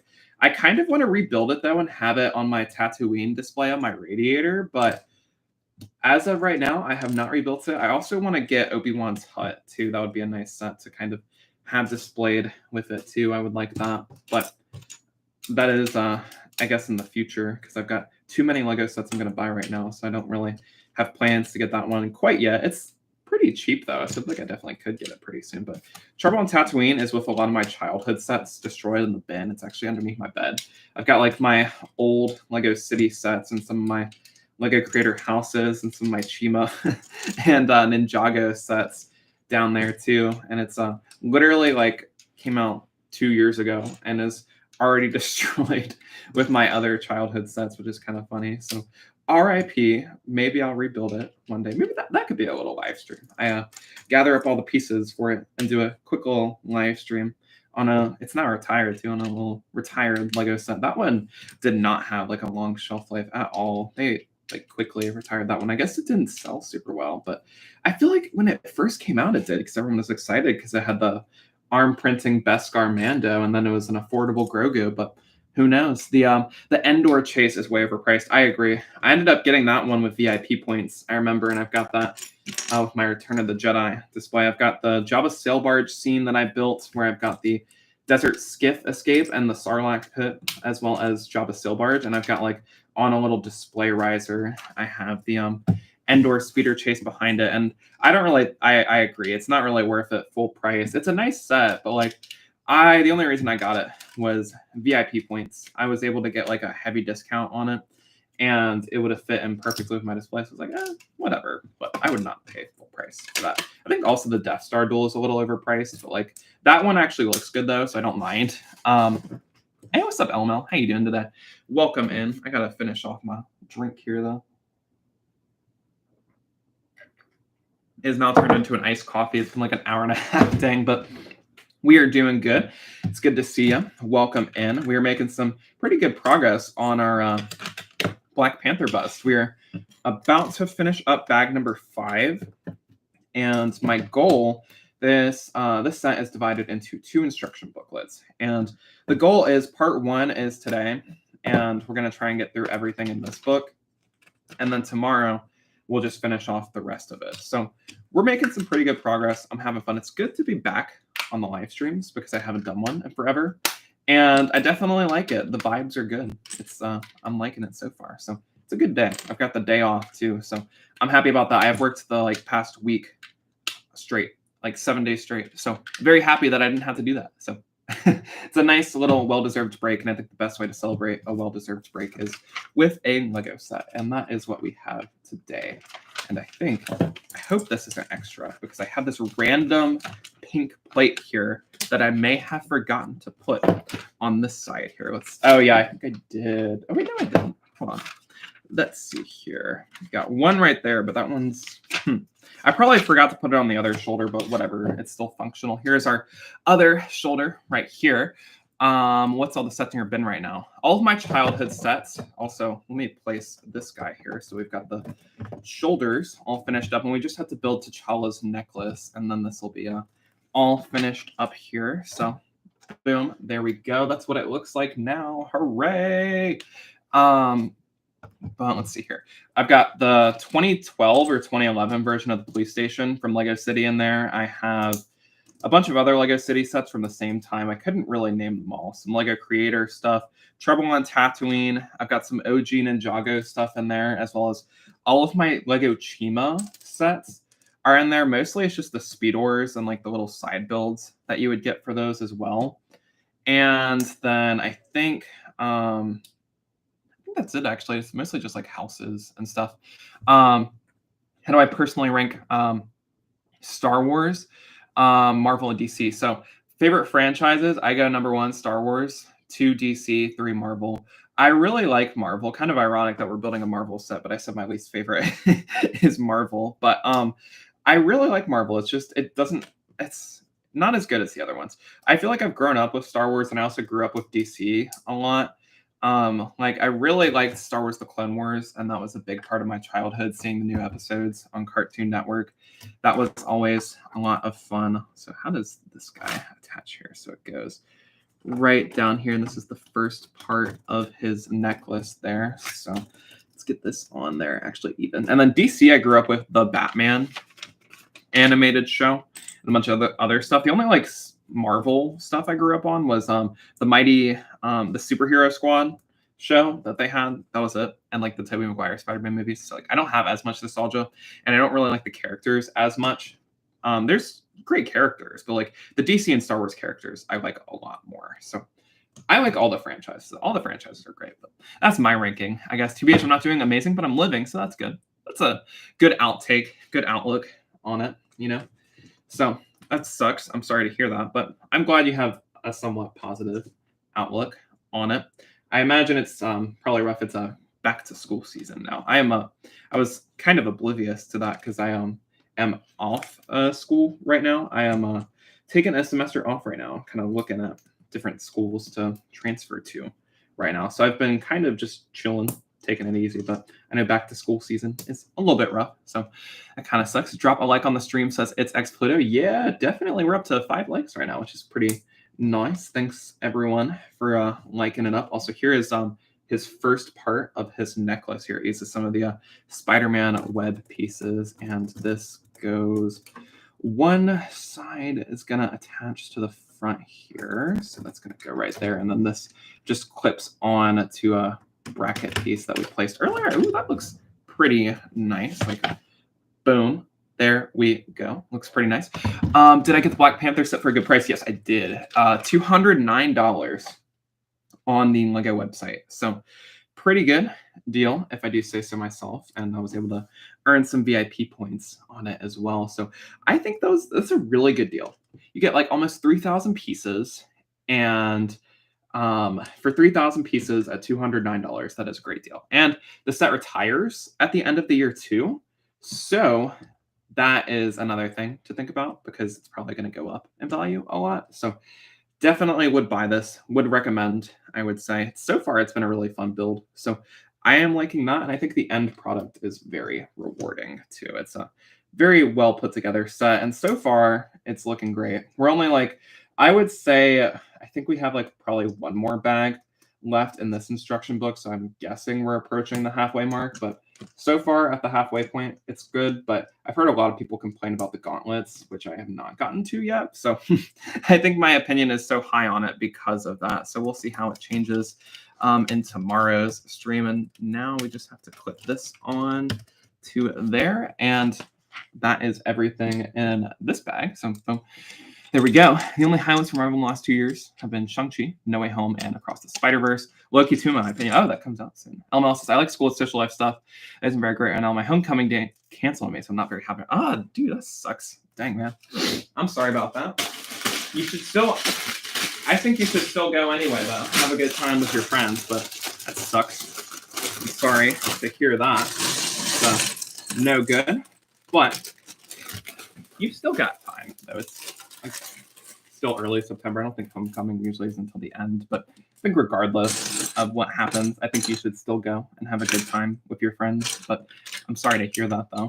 But I think I kind of agree. Marvel is in a I need to find the other bag 6. I think Marvel is also kind of in a slump right now, but they have had a few good releases here and there.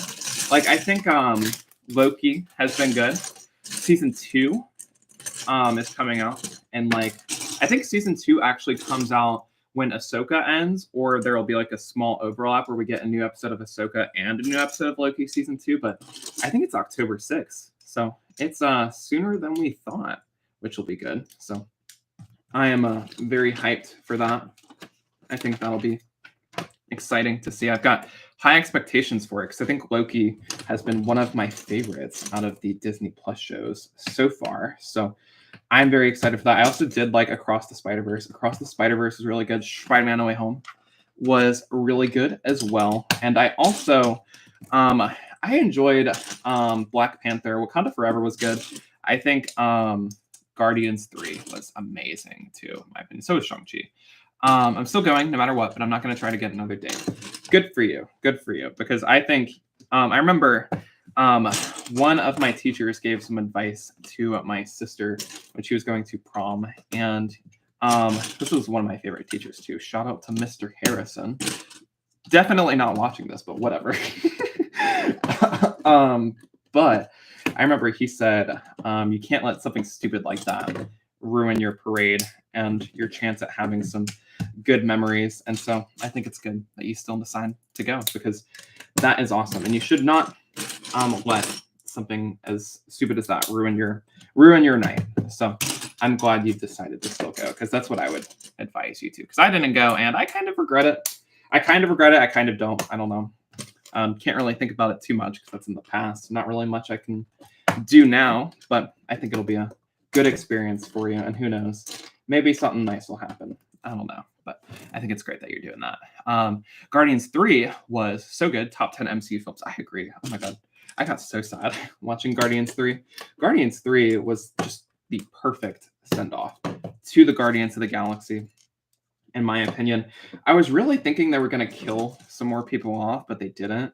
I remember at the end there, I was like, Star-Lord's not looking good. I was like, because I remember James Gunn, he freaking said, I remember when he was like first working on Guardians, he said one of the, what is it? He said one of the main Guardians is going to die. And so I kept going in that thinking, okay, it's going to be somebody. And it got to the end of the movie and I saw that like close call with Star-Lord and I was like, dang, they really killed off Star-Lord, but they didn't, which was good. I kind of feel like it would have been nice if they did, just because I feel like one thing the movie needed was like a big loss, but it was still sad though. And everybody went their own ways, which was good. I loved the ending with Star-Lord and Gamora where she says, I bet we were fun. I thought that was a nice line and it was very well thought out. I think this was definitely one of the more higher quality MCU films, and it's crazy how like this unknown team has the best trilogy in the MCU compared to like the big heroes like Captain America, Spider-Man, and Iron Man. It's kind of ironic how James Gunn was able to do that when he was literally handed like one of the most unknown superhero teams, and he made them a household name, which is very impressive. And I'm excited to see what he does with DC because of that, because every James Gunn superhero movie that I have seen, I have really liked. I think my favorite that he's done has been the Suicide Squad back in 2021. Unfortunately, that movie flopped, but that was because he also released it on HBO Max. So, like, if you have it on HBO Max, why would anybody pay money to go see it in the theater? Especially when this was still when, like, people were nervous to go back to the movie theaters. So, you kind of, like, can't expect it to do really good at that. But I loved that. I also really liked Peacemaker. He did Peacemaker. I'm excited for season 2. I wonder if they're still going to do that. And then, of course, all of the Guardians of the Galaxy films have just been amazing.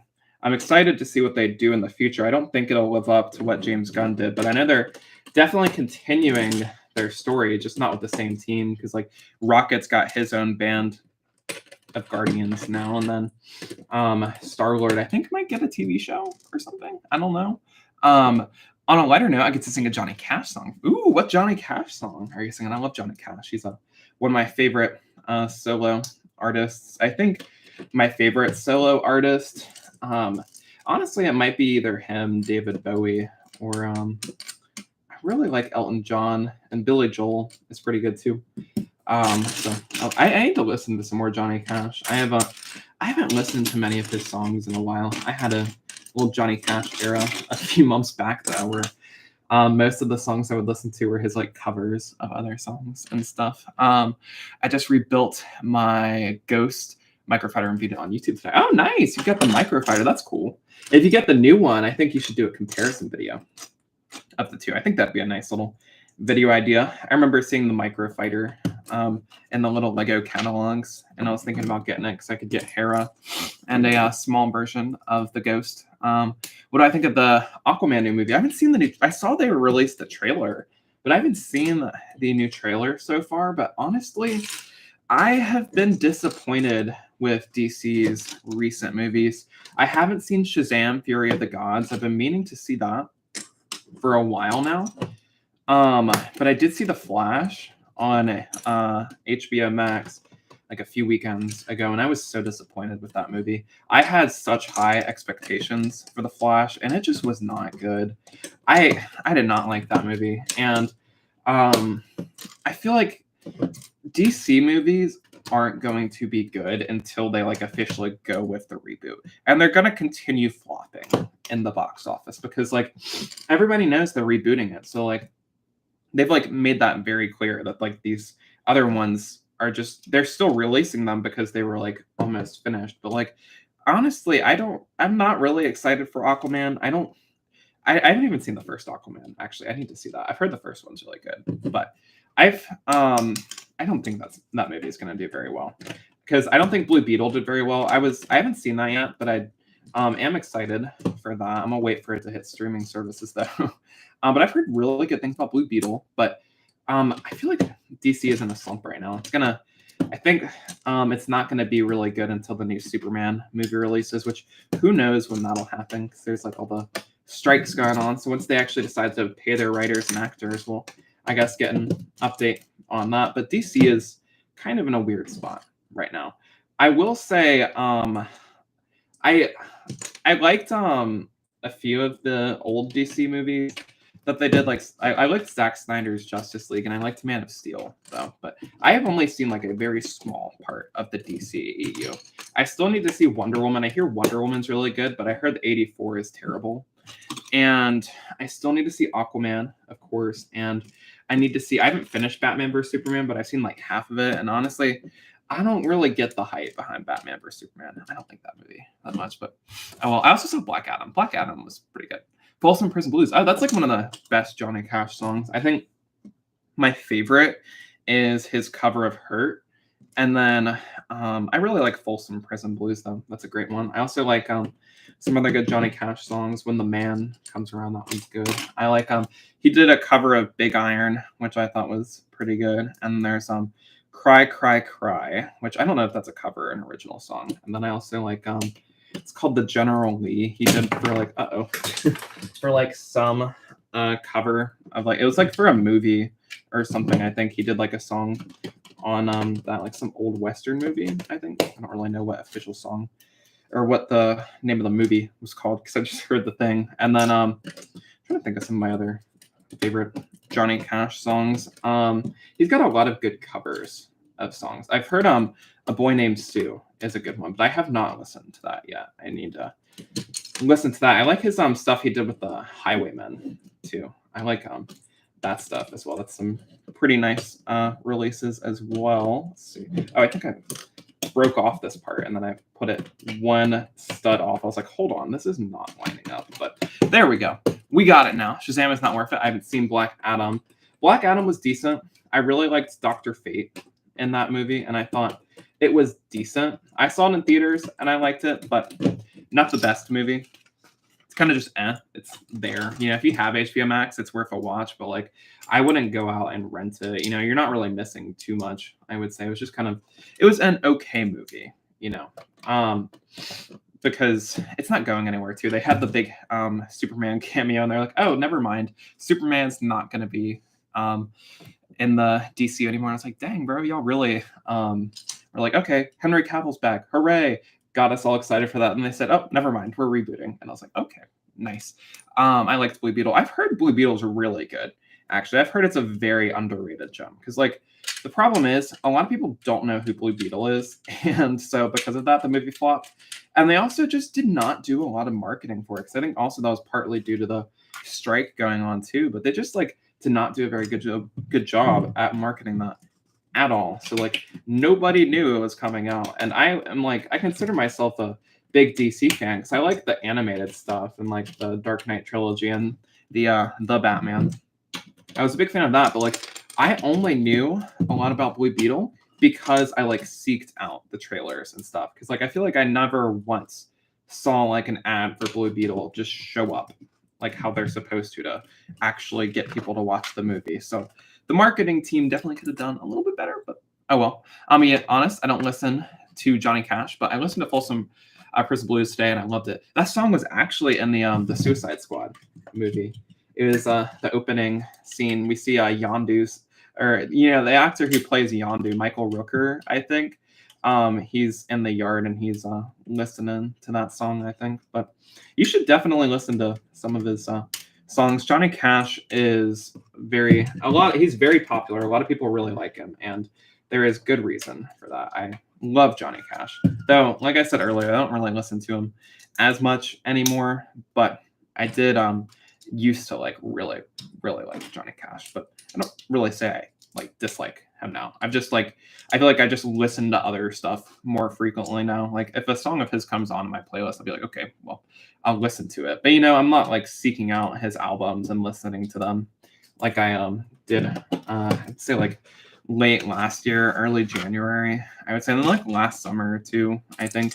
I remember when the Suicide Squad came out, I had like heard of Johnny Cash, but like I never listened to any of his songs. And when Folsom Prison Blues was in that, I kind of like was like, oh, this song's pretty good, and I added it to my playlist. And then I also just like looked at some of his other work too. I really like he did a he was in a band called the Highwaymen with like a lot of those like kind of country singers from that same era, like 70s, 80s. I don't think it was 80s. I think it was like more the 70s and 60s, I think. But I don't know. I'm just kind of guessing here. But he, Willie Nelson, Waylon Jennings, and Johnny Cash. I think there was one other guy, but I don't know his name. We're all in that band, and they have some pretty good hits on that too. My voice lesson coach picked it out for me because it's one of the only bass clef songs he had in mind. You should try the Bloodhound Gang. It's my favorite band. I don't think I've heard of them before, but I'll try and give them a watch. My favorite band is the Beatles. I've got a Beatles shirt on right now. It's a yellow submarine, but I've been listening to a lot of them recently. And then some of their solo work too. I really like the album, if I could recommend an album. It's All Things Must Pass by George Harrison.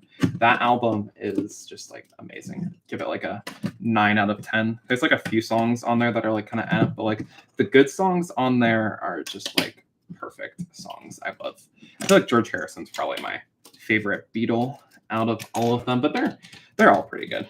I've been listening to a lot of their solo work, like a lot of John and Paul's solo work, and then really on the album of George's I've like actually listened to all the way through has been All Things Must Pass, which is I think that's his most popular and like highly received album out of all of them, because that's the earliest one he did, I think.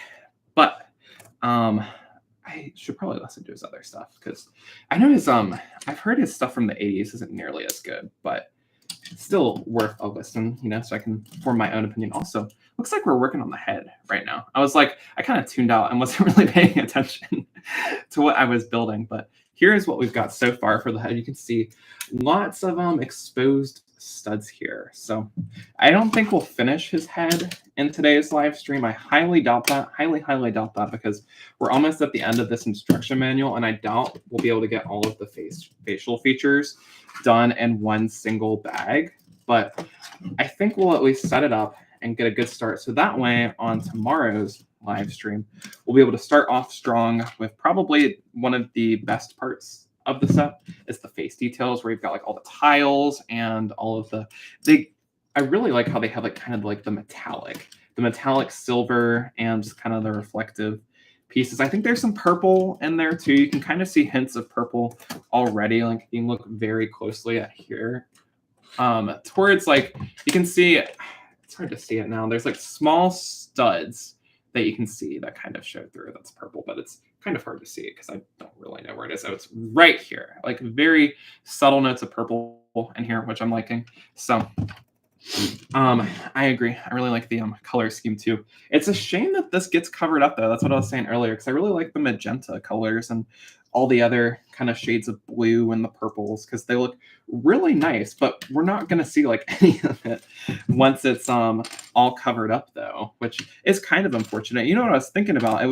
I feel like it would be kind of cool if and we actually get to attach this guy now too. It'd be really cool if they kind of like went with like the vibranium charged look to this, where like we got like some purple highlights in this or something. I feel like that would have been really nice to see, but I'm still happy with what we got. And at the price point that this is on sale for right now, I'm not really complaining too much, I would say. Oh wait, I think I completely skipped something here too. I've got like a bunch of these extra guys here. Did I skip a whole layer? I feel like I may have. Let's see here. Before I actually lock this guy in to the thing to where I can't modify him anymore, I feel like it's kind of important that I actually make sure that everything is actually good to go. I don't think, just gotta move these Technic pins out though, so it should be fairly easy to separate him. Let's see, is it gonna break? Let's is it going to break off? Dun, dun. Uh-oh. I'm just going to take the pins all the way out. I think I'm taking a suggestion. I'll take my suggestion. Listen to Use Your Fingers. It's Bloodhound Gang's first officially released album. Okay, I got you. I got you. If I might make another listening suggestion, it's very basic. I don't know if you've heard it already, but Abbey Road by the Beatles is my favorite album of all time. Definitely give Abbey Road a listen. I think that is literally the perfect album. I think I see where I forgot to place these guys. I think it's, oh yeah, I see. Okay, so there's 6 of these, and I know exactly where they go. Okay. Luckily, it does not look like I have to do too much deconstructing to fit these guys in here, but kind of disappointed that I let that detail slide. But Abbey Road, really, really good. I love that album. Honestly, I don't really think there's a single bad song on that one. There's like some mediocre songs on there, but like most of the songs on there are like 10 out of 10s, in my opinion. It is one of the most well-received albums ever. The Beatles' final album, because like the picture of it's like the iconic like crosswalk. It's like them. It's like kind of like signaling them walking away from the studio. I don't know what the studio is called that they record in, but it's like kind of signaling them like, okay, this is the last one. It wasn't the last released one, but it was the final recorded album of the Beatles. And it's like them walking away from their time as the Beatles. And it was a good send-off. Let It Be is technically the final released album, but like I like the song Let It Be, but the actual album is not nearly as good. There's a lot of songs on Let It Be that I'm kind of just like, okay, this is good, but like a lot of them are just kind of they don't really stand out. Let It Be, Across the Universe, and The Long and Winding Road are really good. And I really like I Me Mine. That's a good song too, but like it just doesn't really have a lot of like standouts, I'm gonna say. All right, my second suggestion is One Fierce Beer Coaster. Got you. Okay. You'll probably have to like remind me too of the albums too, like on Discord or something too, so that way I don't forget. I'm just gonna name the albums in order when they're released. You keep giving me suggestions. So far, we're down to 2 suggestions. If I continue to give suggestions, I feel like I can't just say Beatles albums. So it's got to be like something different. Also, we have now finished with this bag, and it is correct. We don't have any extra pieces. The Technic pins are snapped inside, and dang, this is where we really start to see this thing become more like the finished product. I have to like lower it to actually get the entire set in frame. Dang, and that is I think bag 6 or bag 5. I think this is bag 6. Yeah, so we're working on bag 7, and I think this is the final bag inside of here, or maybe bag 8. Let's see. Oh, I think I actually do get to start on the front of his face too. Let's see here. I guess I could just grab the other instruction manual too, just to see where this starts off from. I would assume it's bag. Oh, we do bag 7 and 8. Okay, gotcha. So we still got a little bit of work. There's only like 20 pages left in this entire thing. So that'll be good. I can't believe it's been 2 hours already. This is shaping up to be one of my longest live streams, period. It is definitely my longest live stream on YouTube, but it's looking like, I don't know how long some of my TikTok live streams were. I think the longest one I ever did, though, was 3 hours. Maybe. I'm not entirely sure. But we are definitely speedrunning this thing, if I'm being honest. All right, here is bag number 7. It doesn't look like there's like too many pieces, though, in this bag. So I'm hoping it won't take us too terribly long to finish this thing up. It's now taller than my laptop, so we're getting a great idea for the scale. I feel like I should put it like next to my head now that we've got like the face is now constructed. I don't think it'll get much taller. Maybe the ears, but that's about it. So here we go. This is the side-by-side comparison so far. So about the same size here, almost life size, but not quite, but very, very close. I'm glad I still have room for it on my desk. I'm glad it goes taller and not like out, because then I'd have to get a whole new size. And That would not be good. Um, well, I'm only giving Bloodhound Gang albums, so excuse me. It'd be fair if you only gave Beatle albums. Well, honestly, all of the Beatle albums, besides Let It Be, in my opinion, are some of the best albums ever released. I'm not trying to like my favorite Beatles song is Let It Be. Very basic pick, but hey, it's my favorite, so whatever. Like this some of the singles on that or some of the like the single tracks on that album is like some of their best work. But like usually their other albums are well balanced and like most of the songs on it are just outstanding.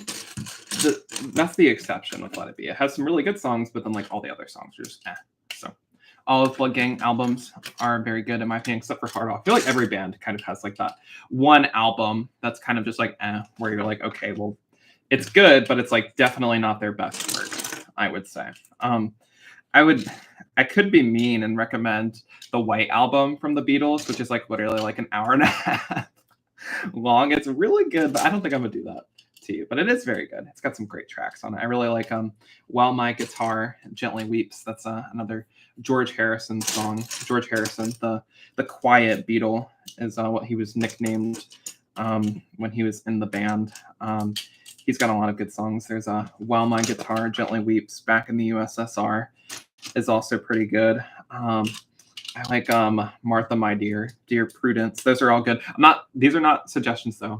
I'm not saying these are your new recommendations, but some very good songs on there. I think the White Album was just like a huge compilation of a lot of their work or something. I don't really know much of the history behind that one, but I know it's one of their more popular ones, I think. Hard Off is their most recent one. They are apparently coming back, so I'm hoping it's good. Oh, that's good. I heard, it's crazy.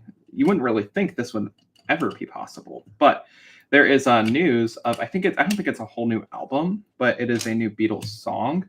Paul McCartney has been advertising that they are apparently going to bring out a new release by John Lennon using AI, and it's not like AI singing as John Lennon. It has been described as they had this unreleased song that they had wanted to do, and but there was too much background noise and they couldn't get rid of it, so they couldn't like isolate his voice from it, and apparently they're using AI to somehow separate his voice from the background noise so that you can actually hear it more clearly. I saw in an interview who was like, we're telling it, look for this part, lose the guitar, is what he said, because it was like just unrecovered. I think it's coming out at the end of the year or maybe early next year. So I think that'll be really exciting to see if it's any good. I don't know. I'm kind of skeptical because part of it's like kind of a little debate. Because it's like, okay, but like, do we just like let John Lennon just rest in peace, or do we have to like keep releasing music from him after his death? It's a very controversial thing, I guess, with the AI. I don't know. I keep seeing on TikTok these AI covers by like fiction characters of like certain songs. Like I saw one of General Grievous where he was covering a Frank Sinatra song, and it was funny because like it actually worked a little bit. I was like, this is weird because like his voice worked for it. It's got like a jazz voice, I guess, which is kind of weird. Did not think I would actually enjoy hearing the voice actor for General Grievous singing. I think it was My Way by Frank Sinatra, I think. And I was like, okay, that's was not expecting to actually like this, but oh well. Also, I think this bag is very small. We're actually almost done with this. I think this is the top of his head, and I think the very last thing we build in this first set of instructions is actually going to be like the face, like the front of the Black Panther face cowl, and then that will be literally everything that we build today. So I'm assuming tomorrow it's just the gauntlets. I guess they won't be as big as the Infinity and the Nano Gauntlet, because I feel like the bulk of the pieces in this set we have already done with the because the cowl is the big part. This is like the almost life-size thing. I wouldn't really consider the gauntlets to be like super like life size, I guess, if they're anything like the other ones. Who knows? Maybe they're even bigger than the Infinity Gauntlet and the Nano Gauntlet. That would be crazy, but I don't know. Also, here is what we've got so far. So we see some more of the kind of cool blues and stuff, but like we're not going to see literally any of that in the rest of this set. What I do like though apart from the last bag, there has been a heavy absence of Lego Technic in this, which has been great because I hate building Lego Technic. That's like, I don't know, it's so annoying how that's like a common theme with like literally any UCS set, they always, because like it's so that, because when you build, I guess on the larger level, on a larger scale, you kind of have to have like the base be like really solid, I guess, so it doesn't just like completely fall apart under all of the weight of the other pieces. So like I think that's why every single one has that. But I'm very happy that this one, it gets it out of the way early on, and that's the only frustrating part of this set. Very straightforward though. I'm nervous with some of the future sets I plan to get about the Technic. I've been wanting to get the Back to the Future DeLorean for so long, and I feel like that has been on my little wish list, I guess, on Lego.com for ages, but I keep pushing it back, and I'm pushing it back even further now because of the Venator. I was like, I actually had a plan where I was like, okay, I'm gonna buy this, I'm gonna buy Hocus Pocus, I'm gonna buy. I was thinking of the Pac-Man machine too. I heard the Pac-Man arcade machine is supposed to be a really good set, and I think that would look cool. I would probably try and fit that in with my Lego Nintendo sets. I feel like that would have fit in really nicely with my display. But then, because I was beginning to think that the Venator was not going to come out for a while because they waited so long to reveal it, but then they finally did, and I was like, okay, never mind. That throws away all of my other plans, which, I mean, I'm not mad about that because I think this will be one of the best sets from the Star Wars line. So I'm excited. I think the live build of that's going to be either frustrating or really memorable. I don't really know, but it'll be an experience for sure. I think it'll be my first time building anything like it because I actually missed out on the original Star Destroyer that Lego had back in, I think it came out in 2019, and it was only available for a small amount of time because I remember I talked to a Lego store employee about the the Star Destroyer, and apparently it just did not sell very well at all because a lot of people were disappointed at the lack of an interior for it, and that most of the set was just a Lego Technic thing. So hopefully they learn. I know the Venator doesn't have an interior, but hopefully it's not just like literally all Lego Technic because that would completely suck, and I would be very disappointed. The end product would still look cool, but I would just not be a happy camper while putting that together, I would say. Also, it looks like, okay, how do I place these guys? Okay, there we go. We've got some of these plates from the Slave 1 right here in black this time, and I feel like I've seen this in one other set too. I think I had some of these in some of my Ninjago sets from the Ninjago City, and then we just got to place these last little slopes, and then that is the end for this one. And then we get on to one of the more exciting details, which does not look like it has many pieces in it, bag 9, which will of course be the face features. I don't think it'll finish it though, because this instruction book has like literally nothing left in it, but we'll get a decent start. Boom, and then I just have to place these two smaller pieces, and then there we go. I think this is the top of his head, or maybe it's the back. Oh, it's the back of his head. Okay, got you. So we do the back of his head, and then the front of his head, and then that's what we do. Dang. I'm so nervous moving this around. Oh my god, it's so tall. Jeez. Okay, and where does this go? So okay, this is the back, and I think it just slides in right here. Okay, so let's see here. Boom. I think that's sturdy. That's on there pretty well. Awesome. Okay, geez. Well, that added some weight to it. So there we go. Still looks kind of ugly from the sides. I guess you could definitely tell that it's supposed to be Black Panther so far, but I think after this next bag, it'll definitely become a lot more apparent that that is what we are building. So that'll be good. This thing is massive though. I might place it in the collection for now. It's actually gonna go like right behind me with my other Marvel stuff. We'll have the Captain America shield, and then right next to that I've got Mjolnir, and then I've got the Infinity Gauntlet, and then right next to that I'll have the Black Panther set. So I feel like I should move the Infinity Gauntlet because here's the thing. The Black Panther set has the two gauntlets on it, like in the Wakanda Forever salute, and I don't really know if I want to have that and then also the Infinity Gauntlet next to it. So I feel like that's just like too many like very similar things all right next to each other. So like I kind of don't really want to have all of that right next to each other. Ooh, we actually get some printed pieces here. We've got, I think I found one of his eyes. It's a 2x4 plate, and these guys are printed. So that's good. I feel like that would have been a lot of pressure trying to put these guys on there because if you mess up, his face is going to look really wonky. So we've got those two guys. And then we, of course, have what I was talking about earlier. We've got kind of like the chrome silver right here, which looks really nice.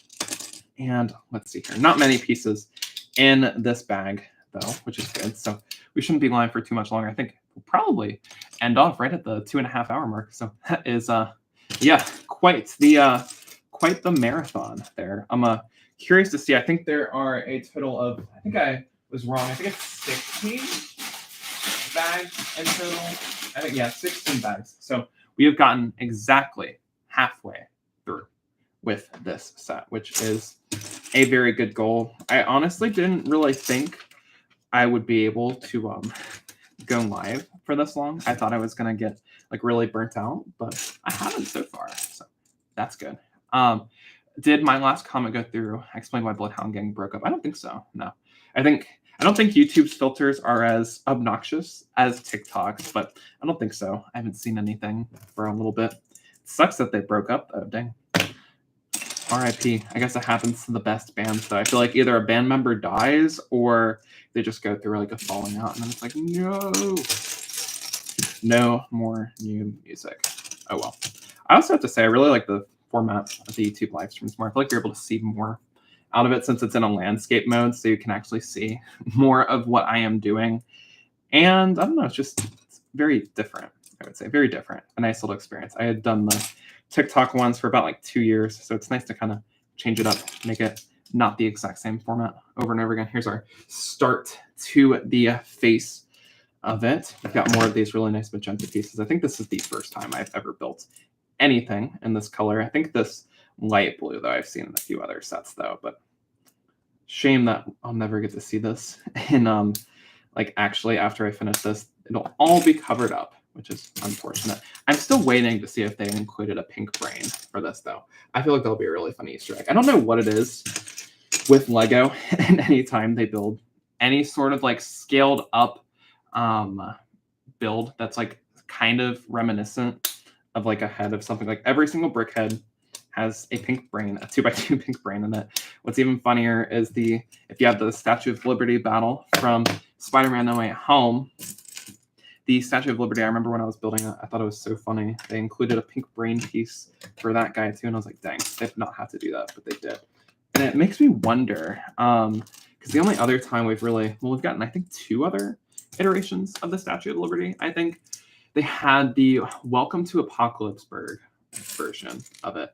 And the Welcome to Apocalypseburg version, I'm not sure if it has a pink brain in it. I kind of want to get that set too, though, because that's my most expensive minifigure comes out in that set. And I've kind of thought about getting that one because I don't really have too many Lego Movie sets. The only set from the Lego Movie I have that is not completely destroyed is Emmett's Constructomech. And then I think I also got the it was like kind of like a battle pack, but not really. It was like the double-decker couch was like $15. You got Emmett's car, the double-decker couch, which I was very excited about because before it was only in the Metal Beards Sea Cow set, which I also really wanted, but I wasn't able to get because like in 2014, I definitely did not have the funds to be buying. I think it was like $300 at the time or something, but I think it has definitely gone up in price a bunch since then.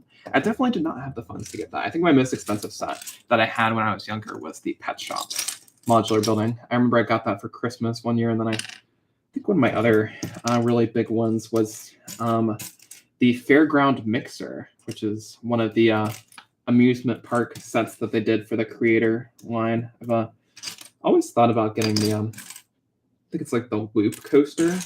That's what it's called. I thought about getting that, and then I remember for like the longest time, the Loop Coaster ended up replacing it. They had like the really huge, I think it came out in 2016, it was like on shelves for like forever, I feel like. But they, what is it? They had that one on sale forever, and then I think it was like last year or the year before the Loop Coaster came out and eventually replaced it, which was nice. So good replacement, I would say. But I think the big issue as to why I haven't gotten any of those sets is I literally have 0 space for those right now. So who knows if I'll ever end up getting it. I'm assuming me mentioning countries is a touchy subject with YouTube mods because I don't think they're going through. I don't think so. Yeah. I think with TikTok, I don't know what their like specific moderating things are, but it feels like they moderate a whole bunch. But YouTube not as much, but like it's definitely not without its filters, I would say. Though I would say I feel like since YouTube's been around a lot longer, they're definitely a lot better at that stuff. They've got more experience, because I think YouTube's been out since like I think like 2008, or maybe even before that. I think. And I think the first video is like the creator of YouTube, and it's just me at the zoo. I got that recommended to my YouTube page the other day, and I was like, I remember seeing this like way back when I was in middle school. I like YouTube because I was curious. I was like, what was the first ever YouTube video? And it was boom, me at the zoo, and it's just one of the founders of YouTube just chilling at the zoo with the elephants or something. I don't know. All right, and we've got a bunch of other pieces here too. Let's see. Definitely starting to get a little wore out from building this though, so I'm glad they break it up into kind of two separate instruction books, because I feel like I wouldn't know when to stop if they didn't do that. I would just keep going, because like I want like a good indicator of progress so that I'm able to like finish this within my goal, because my goal is really want to finish this. I would prefer to finish it tomorrow afternoon so that I can actually film.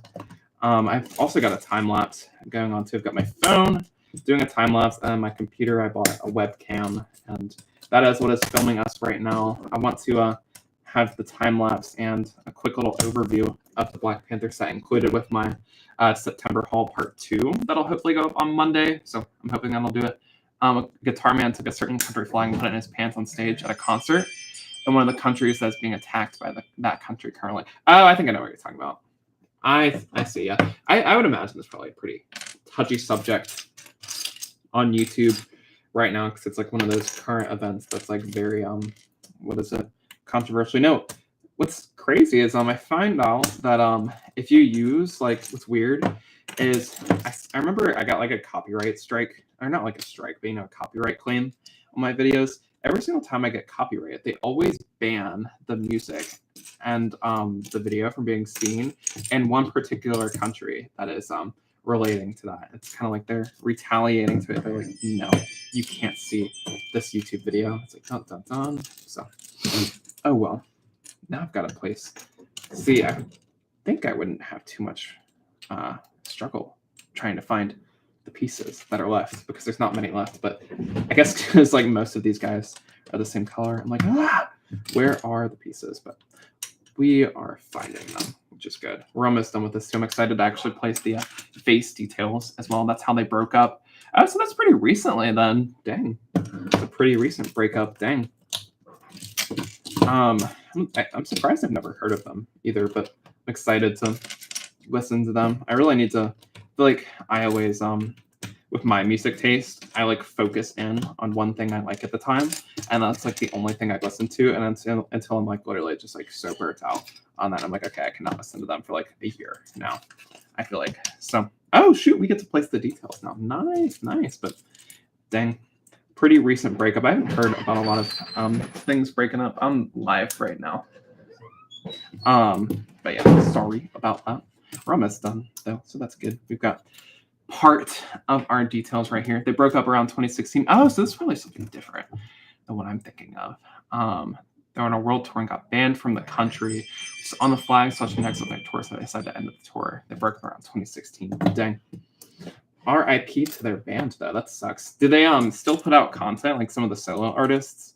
Do they still have careers, or are they all just kind of chilling out right now? Right, let's see if I can find this last little metallic piece. Dang, the chrome and like, dang, this is like a nice quality. It's got like a nice little metallic reflection chrome piece to it. I kind of want to get a chrome stormtrooper. Honestly, I've been wanting one of those guys forever. I think they randomly placed those in certain Lego sets every now. I think it was like randomized. It was either a May 4th promotion, or they put them in random Lego Star Wars sets. I think it was either that or the Chrome Vader, I think, back in the day. They would randomly put them in certain Lego Star Wars sets. You buy a Lego Star Wars set, it was like a promotion they had. And if you buy that set, you have a chance of getting this minifigure inside of it. It was like a Mr. Gold thing, but like definitely not as exclusive as Mr. Gold. Because I think the Chrome Stormtroopers are expensive, but they're not like $1,000 expensive, which is good. Jimmy Pop, the lead singer, has stated that he has been working on music and the ones that won't work as BHG songs he will release as Jimmy Pop singles. And he also said they might come back. Oh, that's good that they have a chance at coming back. That's nice. There's no chance for the Beatles to come back because, yeah, half of the band is dead. So, R.I.P. to John and George. R.I.P. May they rest in peace. But I know they released a new single recently with Dolly Parton. They did a new cover of Let It Be. They had Ringo and Paul as well as Dolly all doing something, which I thought was cool. I haven't seen it, or I haven't listened to it, but I think it's gotten some pretty good reception from the fans. It's cool how they're still kind of trying to stay relevant despite being mainly popular in the 60s and 70s. But also, here's what we've got so far for his cowl so far. So the details are almost finished here. I wonder where if we're gonna expand this out a little bit, because it doesn't look like there's much more room to add stuff on here, but we still have to add like the eyes and some of those other details to it too, though. So let's see. Got some more of these slope pieces. The rest of it just seems to be mostly plates and stuff, though. So I'm guessing we just expand out a little bit, though. I don't know. What I will say about this set is it's unique compared to some of the other stuff I built, because the other helmet sets are a lot smaller than this one. I feel like this one uses very different building techniques. So you would think it'd be very similar to the other ones where it's like kind of boring because it's like the same thing. It's actually because it's at like a completely different scale. I feel like this set definitely feels fresh. It feels new than some of the other stuff I built, which is definitely good. I'll say. I think I accidentally skipped a step real quick, so I just got to backtrack and add some more of these plates here that'll allow us to attach a few other things. And then let's see, just gonna put this guy back here. I think it goes right there. Boom and boom. And I think this is the top, it looks like. And then, okay, we got to place some plates on the bottom here. Okay, so it looks like there's like a little clip piece right here, and that's how it works. Hey, what's up, Lily? How you doing today? Welcome in to our live stream. We're finishing up part 1 of the Black Panther Bust set. We're on bag number 8 right now, and there are 16 bags, and we have made some pretty decent progress so far. See, I'm actually about to place one part of the front of his head. That's what it looks like so far. We've got the metallic pieces right here. The 3 current main guys of Bloodhound Gang still hang out, so I'm hoping they can come back. The only original member of the band is Jimmy Pop. Everyone else has either quit or joined after the first one. Oh, okay, gotcha. How do I actually place this? Let's see here. It looks like, okay, so this is gonna go right underneath here where these technic things go. Am I placing this right? Let's see. So right there. Okay. Boom. There we go. Okay, nice. I thought I was gonna knock a bunch of pieces off, but we didn't. So boom, there we go. I'm very scared to move this guy around, but there he is so far. So it's starting to kind of resemble the final product here. We've got the back of the head is all finished, but that's kind of boring. It's like just tiles, but we've got the shoulders done. The cool little necklace that we have right here is done. I thought I would not like building this necklace, but it actually was not that bad. I thought it was going to be very finicky, but no. We still have a bunch of ugly studs right here that are definitely going to be visible for quite some time because we still have our work cut out for us. We've made good progress, but that's not saying we are finished with the set because there's still 8 bags left. We still have the gauntlets where he does the little salute, and then we still have the only sticker in the set we still have yet to place, which is just the Black Panther logo. You don't really get a plaque for it because like I don't really know how they could do that. I guess they could do like specs of the suit or something, but I don't know. That wouldn't really make sense, I guess. I kind of wish it was printed though, but I think it was kind of before LEGO started emphasizing printing their UCS plaques. So, oh well. I'm surprised it's already retiring too at the end of the year. Very, very short runtime, I guess, for a LEGO set. But honestly, I don't really know many people that have been rushing out to buy this, though, just because of how overpriced it was in the past. Though now, it's definitely a pretty good deal. I think, $210 get like 3,000 pieces. That's not bad. Not bad at all. I just wish they had a minifigure though. That's what's weird.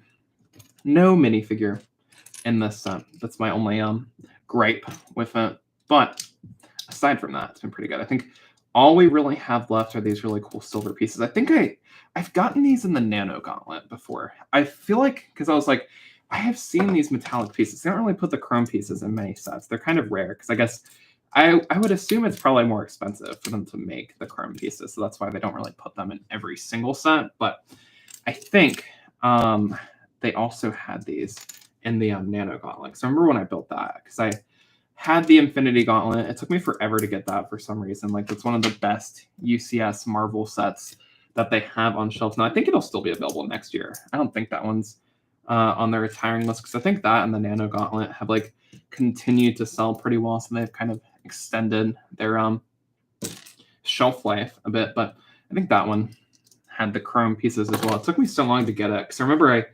impulse bought the Infinity Gauntlet. I was at Target and I think I was looking for like some of the new sets for like a certain wave of stuff. I think it was like back in April or something. I was looking for something new. They didn't have it, so I was like, whatever. I'll just get this because I was like, I already came out here. I feel like I should buy something. So boom, got the Infinity Gauntlet finally. I don't know why it took me so long. So remember when it first came out, I was like, okay, I'm definitely gonna buy this, and then did not buy it until like 2 years later. And I was like, dang, bro, what the heck? I think another reason the band broke up is because of their controversial songs. Oh, they got some controversial songs out. Okay, got you. That'll be interesting to see them. Got you. When did they start then? Because it sounds like a pretty recent band if they broke up in 2016, or have they just like been making music for like a long time, I guess. All right, let's see here. Where did these guys go? I think I think I placed this goes up here. Oh, wait, no. There we go. Okay, sweet. All right, so I think right now we're working on his face. I think it looks like we only have like 5 pages left. So we got like a polybag amount of pieces left here, and I've got to make sure it's because this is like the main attraction here, the part you can look at, I would say the most. I feel like the build is very intricate right here. You don't want to mess up because I feel like if you mess up on the face details, it looks really goofy, and you can definitely tell. So gotta take my time for this part. Here's what we've got so far. I think this is part of his eyes, or at least the outline on it. They started in 92. Oh, wow. 1992. That's a long run. Dang, that's impressive that they're able to stay together for that long. Dang, that is very, very impressive. So good for them. That's like, what, 20 years? Dang, maybe more. Yeah, about like, 24 years. Dang, or no, probably more. 24 years. Dang. That is a lot of time to be making music. I think it's impressive that they're able to still come out with new music after being around for 24 years. That's very impressive. So you would think for being together that long that they would run out of ideas or something, but I guess not. That's very impressive. We've got some. Okay, so this is how it attaches. We've got a bunch of these little clip pieces that are going to go down here. So we've got boom, boom, and boom. Okay, now this actually does attach here. So here is, I guess, part 2 of the cowl right here. I think I gotta place these guys. I misaligned it a little bit. I've got to move down here, but oh dang, let's see here. Oh, I actually placed the wrong one. I need a little tile piece. Let's see here. There it is. Perfect. Okay. Awesome. So this is going to go right there, and boom. That is what part 2, I guess. Definitely a lot less than the first one, but this guy is going to go right there. So that's part of its nose, I guess. So if we rotate him, that's good. That's good. That's a good angle. That way we can see more of the set as we were putting it together. And now I think we just have to build the eyes, and then that is all for this particular live stream. I feel like the only other set I'm gonna get after this one is gonna be the Venator.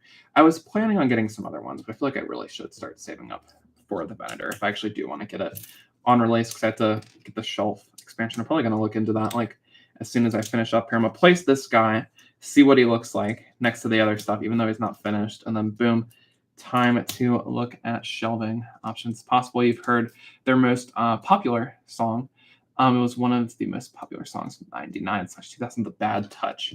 I don't think so. No, because here's the thing. Here's the thing. I kind of live under a rock when it comes to music. There's a lot of music that's like really popular that I just like have never heard of for some reason. So I have not heard of that, but I'll definitely try and give it a listen though. I for a while I hadn't. I remember when I was in I used to work at Food Line. I remember one of my coworkers was obsessed with Fleetwood Mac, and I had not heard of Fleetwood Mac until that conversation. They're like, how do you not know who that is? So like, yeah, I am like only now discovering a lot of music. Also, here is boom, one eye, and then we just got to do the other one, and then that is this all finished up. So this is gonna go inside of this Technic piece from earlier. So very interesting building technique that they use for that. So he now has one eye. So it's starting to definitely look a lot more like Black Panther, which is good. So awesome progress there. And then we're literally just doing the exact same thing, but just mirrored on the other side here. So boom, there we go. This is gonna go right there. Boom, boom. And now we are just left with most of our metallic pieces here. So we've got a few of these plates here. It's gonna go right there. Boom, boom. And then this guy goes right there. Final plate, and then we just put the Technic pieces on the bottom here. Would not have expected that this is how they attach the eyes to it. It's a very clever. LEGO Group is very clever with it. Bad Touch is highly overrated in my opinion, but it's still catchy. Oh, I got you. Overrated, but good. Gotcha. I feel like that's how it usually goes for a lot of bands. #1 songs. All right, and boom. Oh, that's the end of instruction booklet #1. So let's see here. Move our tripod over here to get a better look at him. So that is the Black Panther bust so far. So looks pretty nice, in my opinion. We just got the sides, and then we have the 2 gauntlets. But that's a great start, I would say, so far. We've also got down here, we've got his little necklace, and towards the back, we've got like a bunch more tile and stuff. Mope is my favorite song of theirs in general. Nice. Got you, Mope. Okay.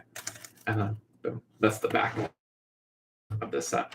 So, it's good to be back. We're at the 2 hours and 37 minutes mark. So, dang, quite the live stream. But it is good to be back. So, I think that will be all for today. So, thanks, everybody, for tuning in. It's good to be back. And I'm going to do a second part tomorrow, probably. So, look out for that around 12 p.m. Eastern tomorrow. But I definitely got to go grab some lunch, gotta drink some water after that 2.5. It's a good time. It's good to be back. So thanks for watching, y'all. But peace out. That is all for today. We'll see you tomorrow.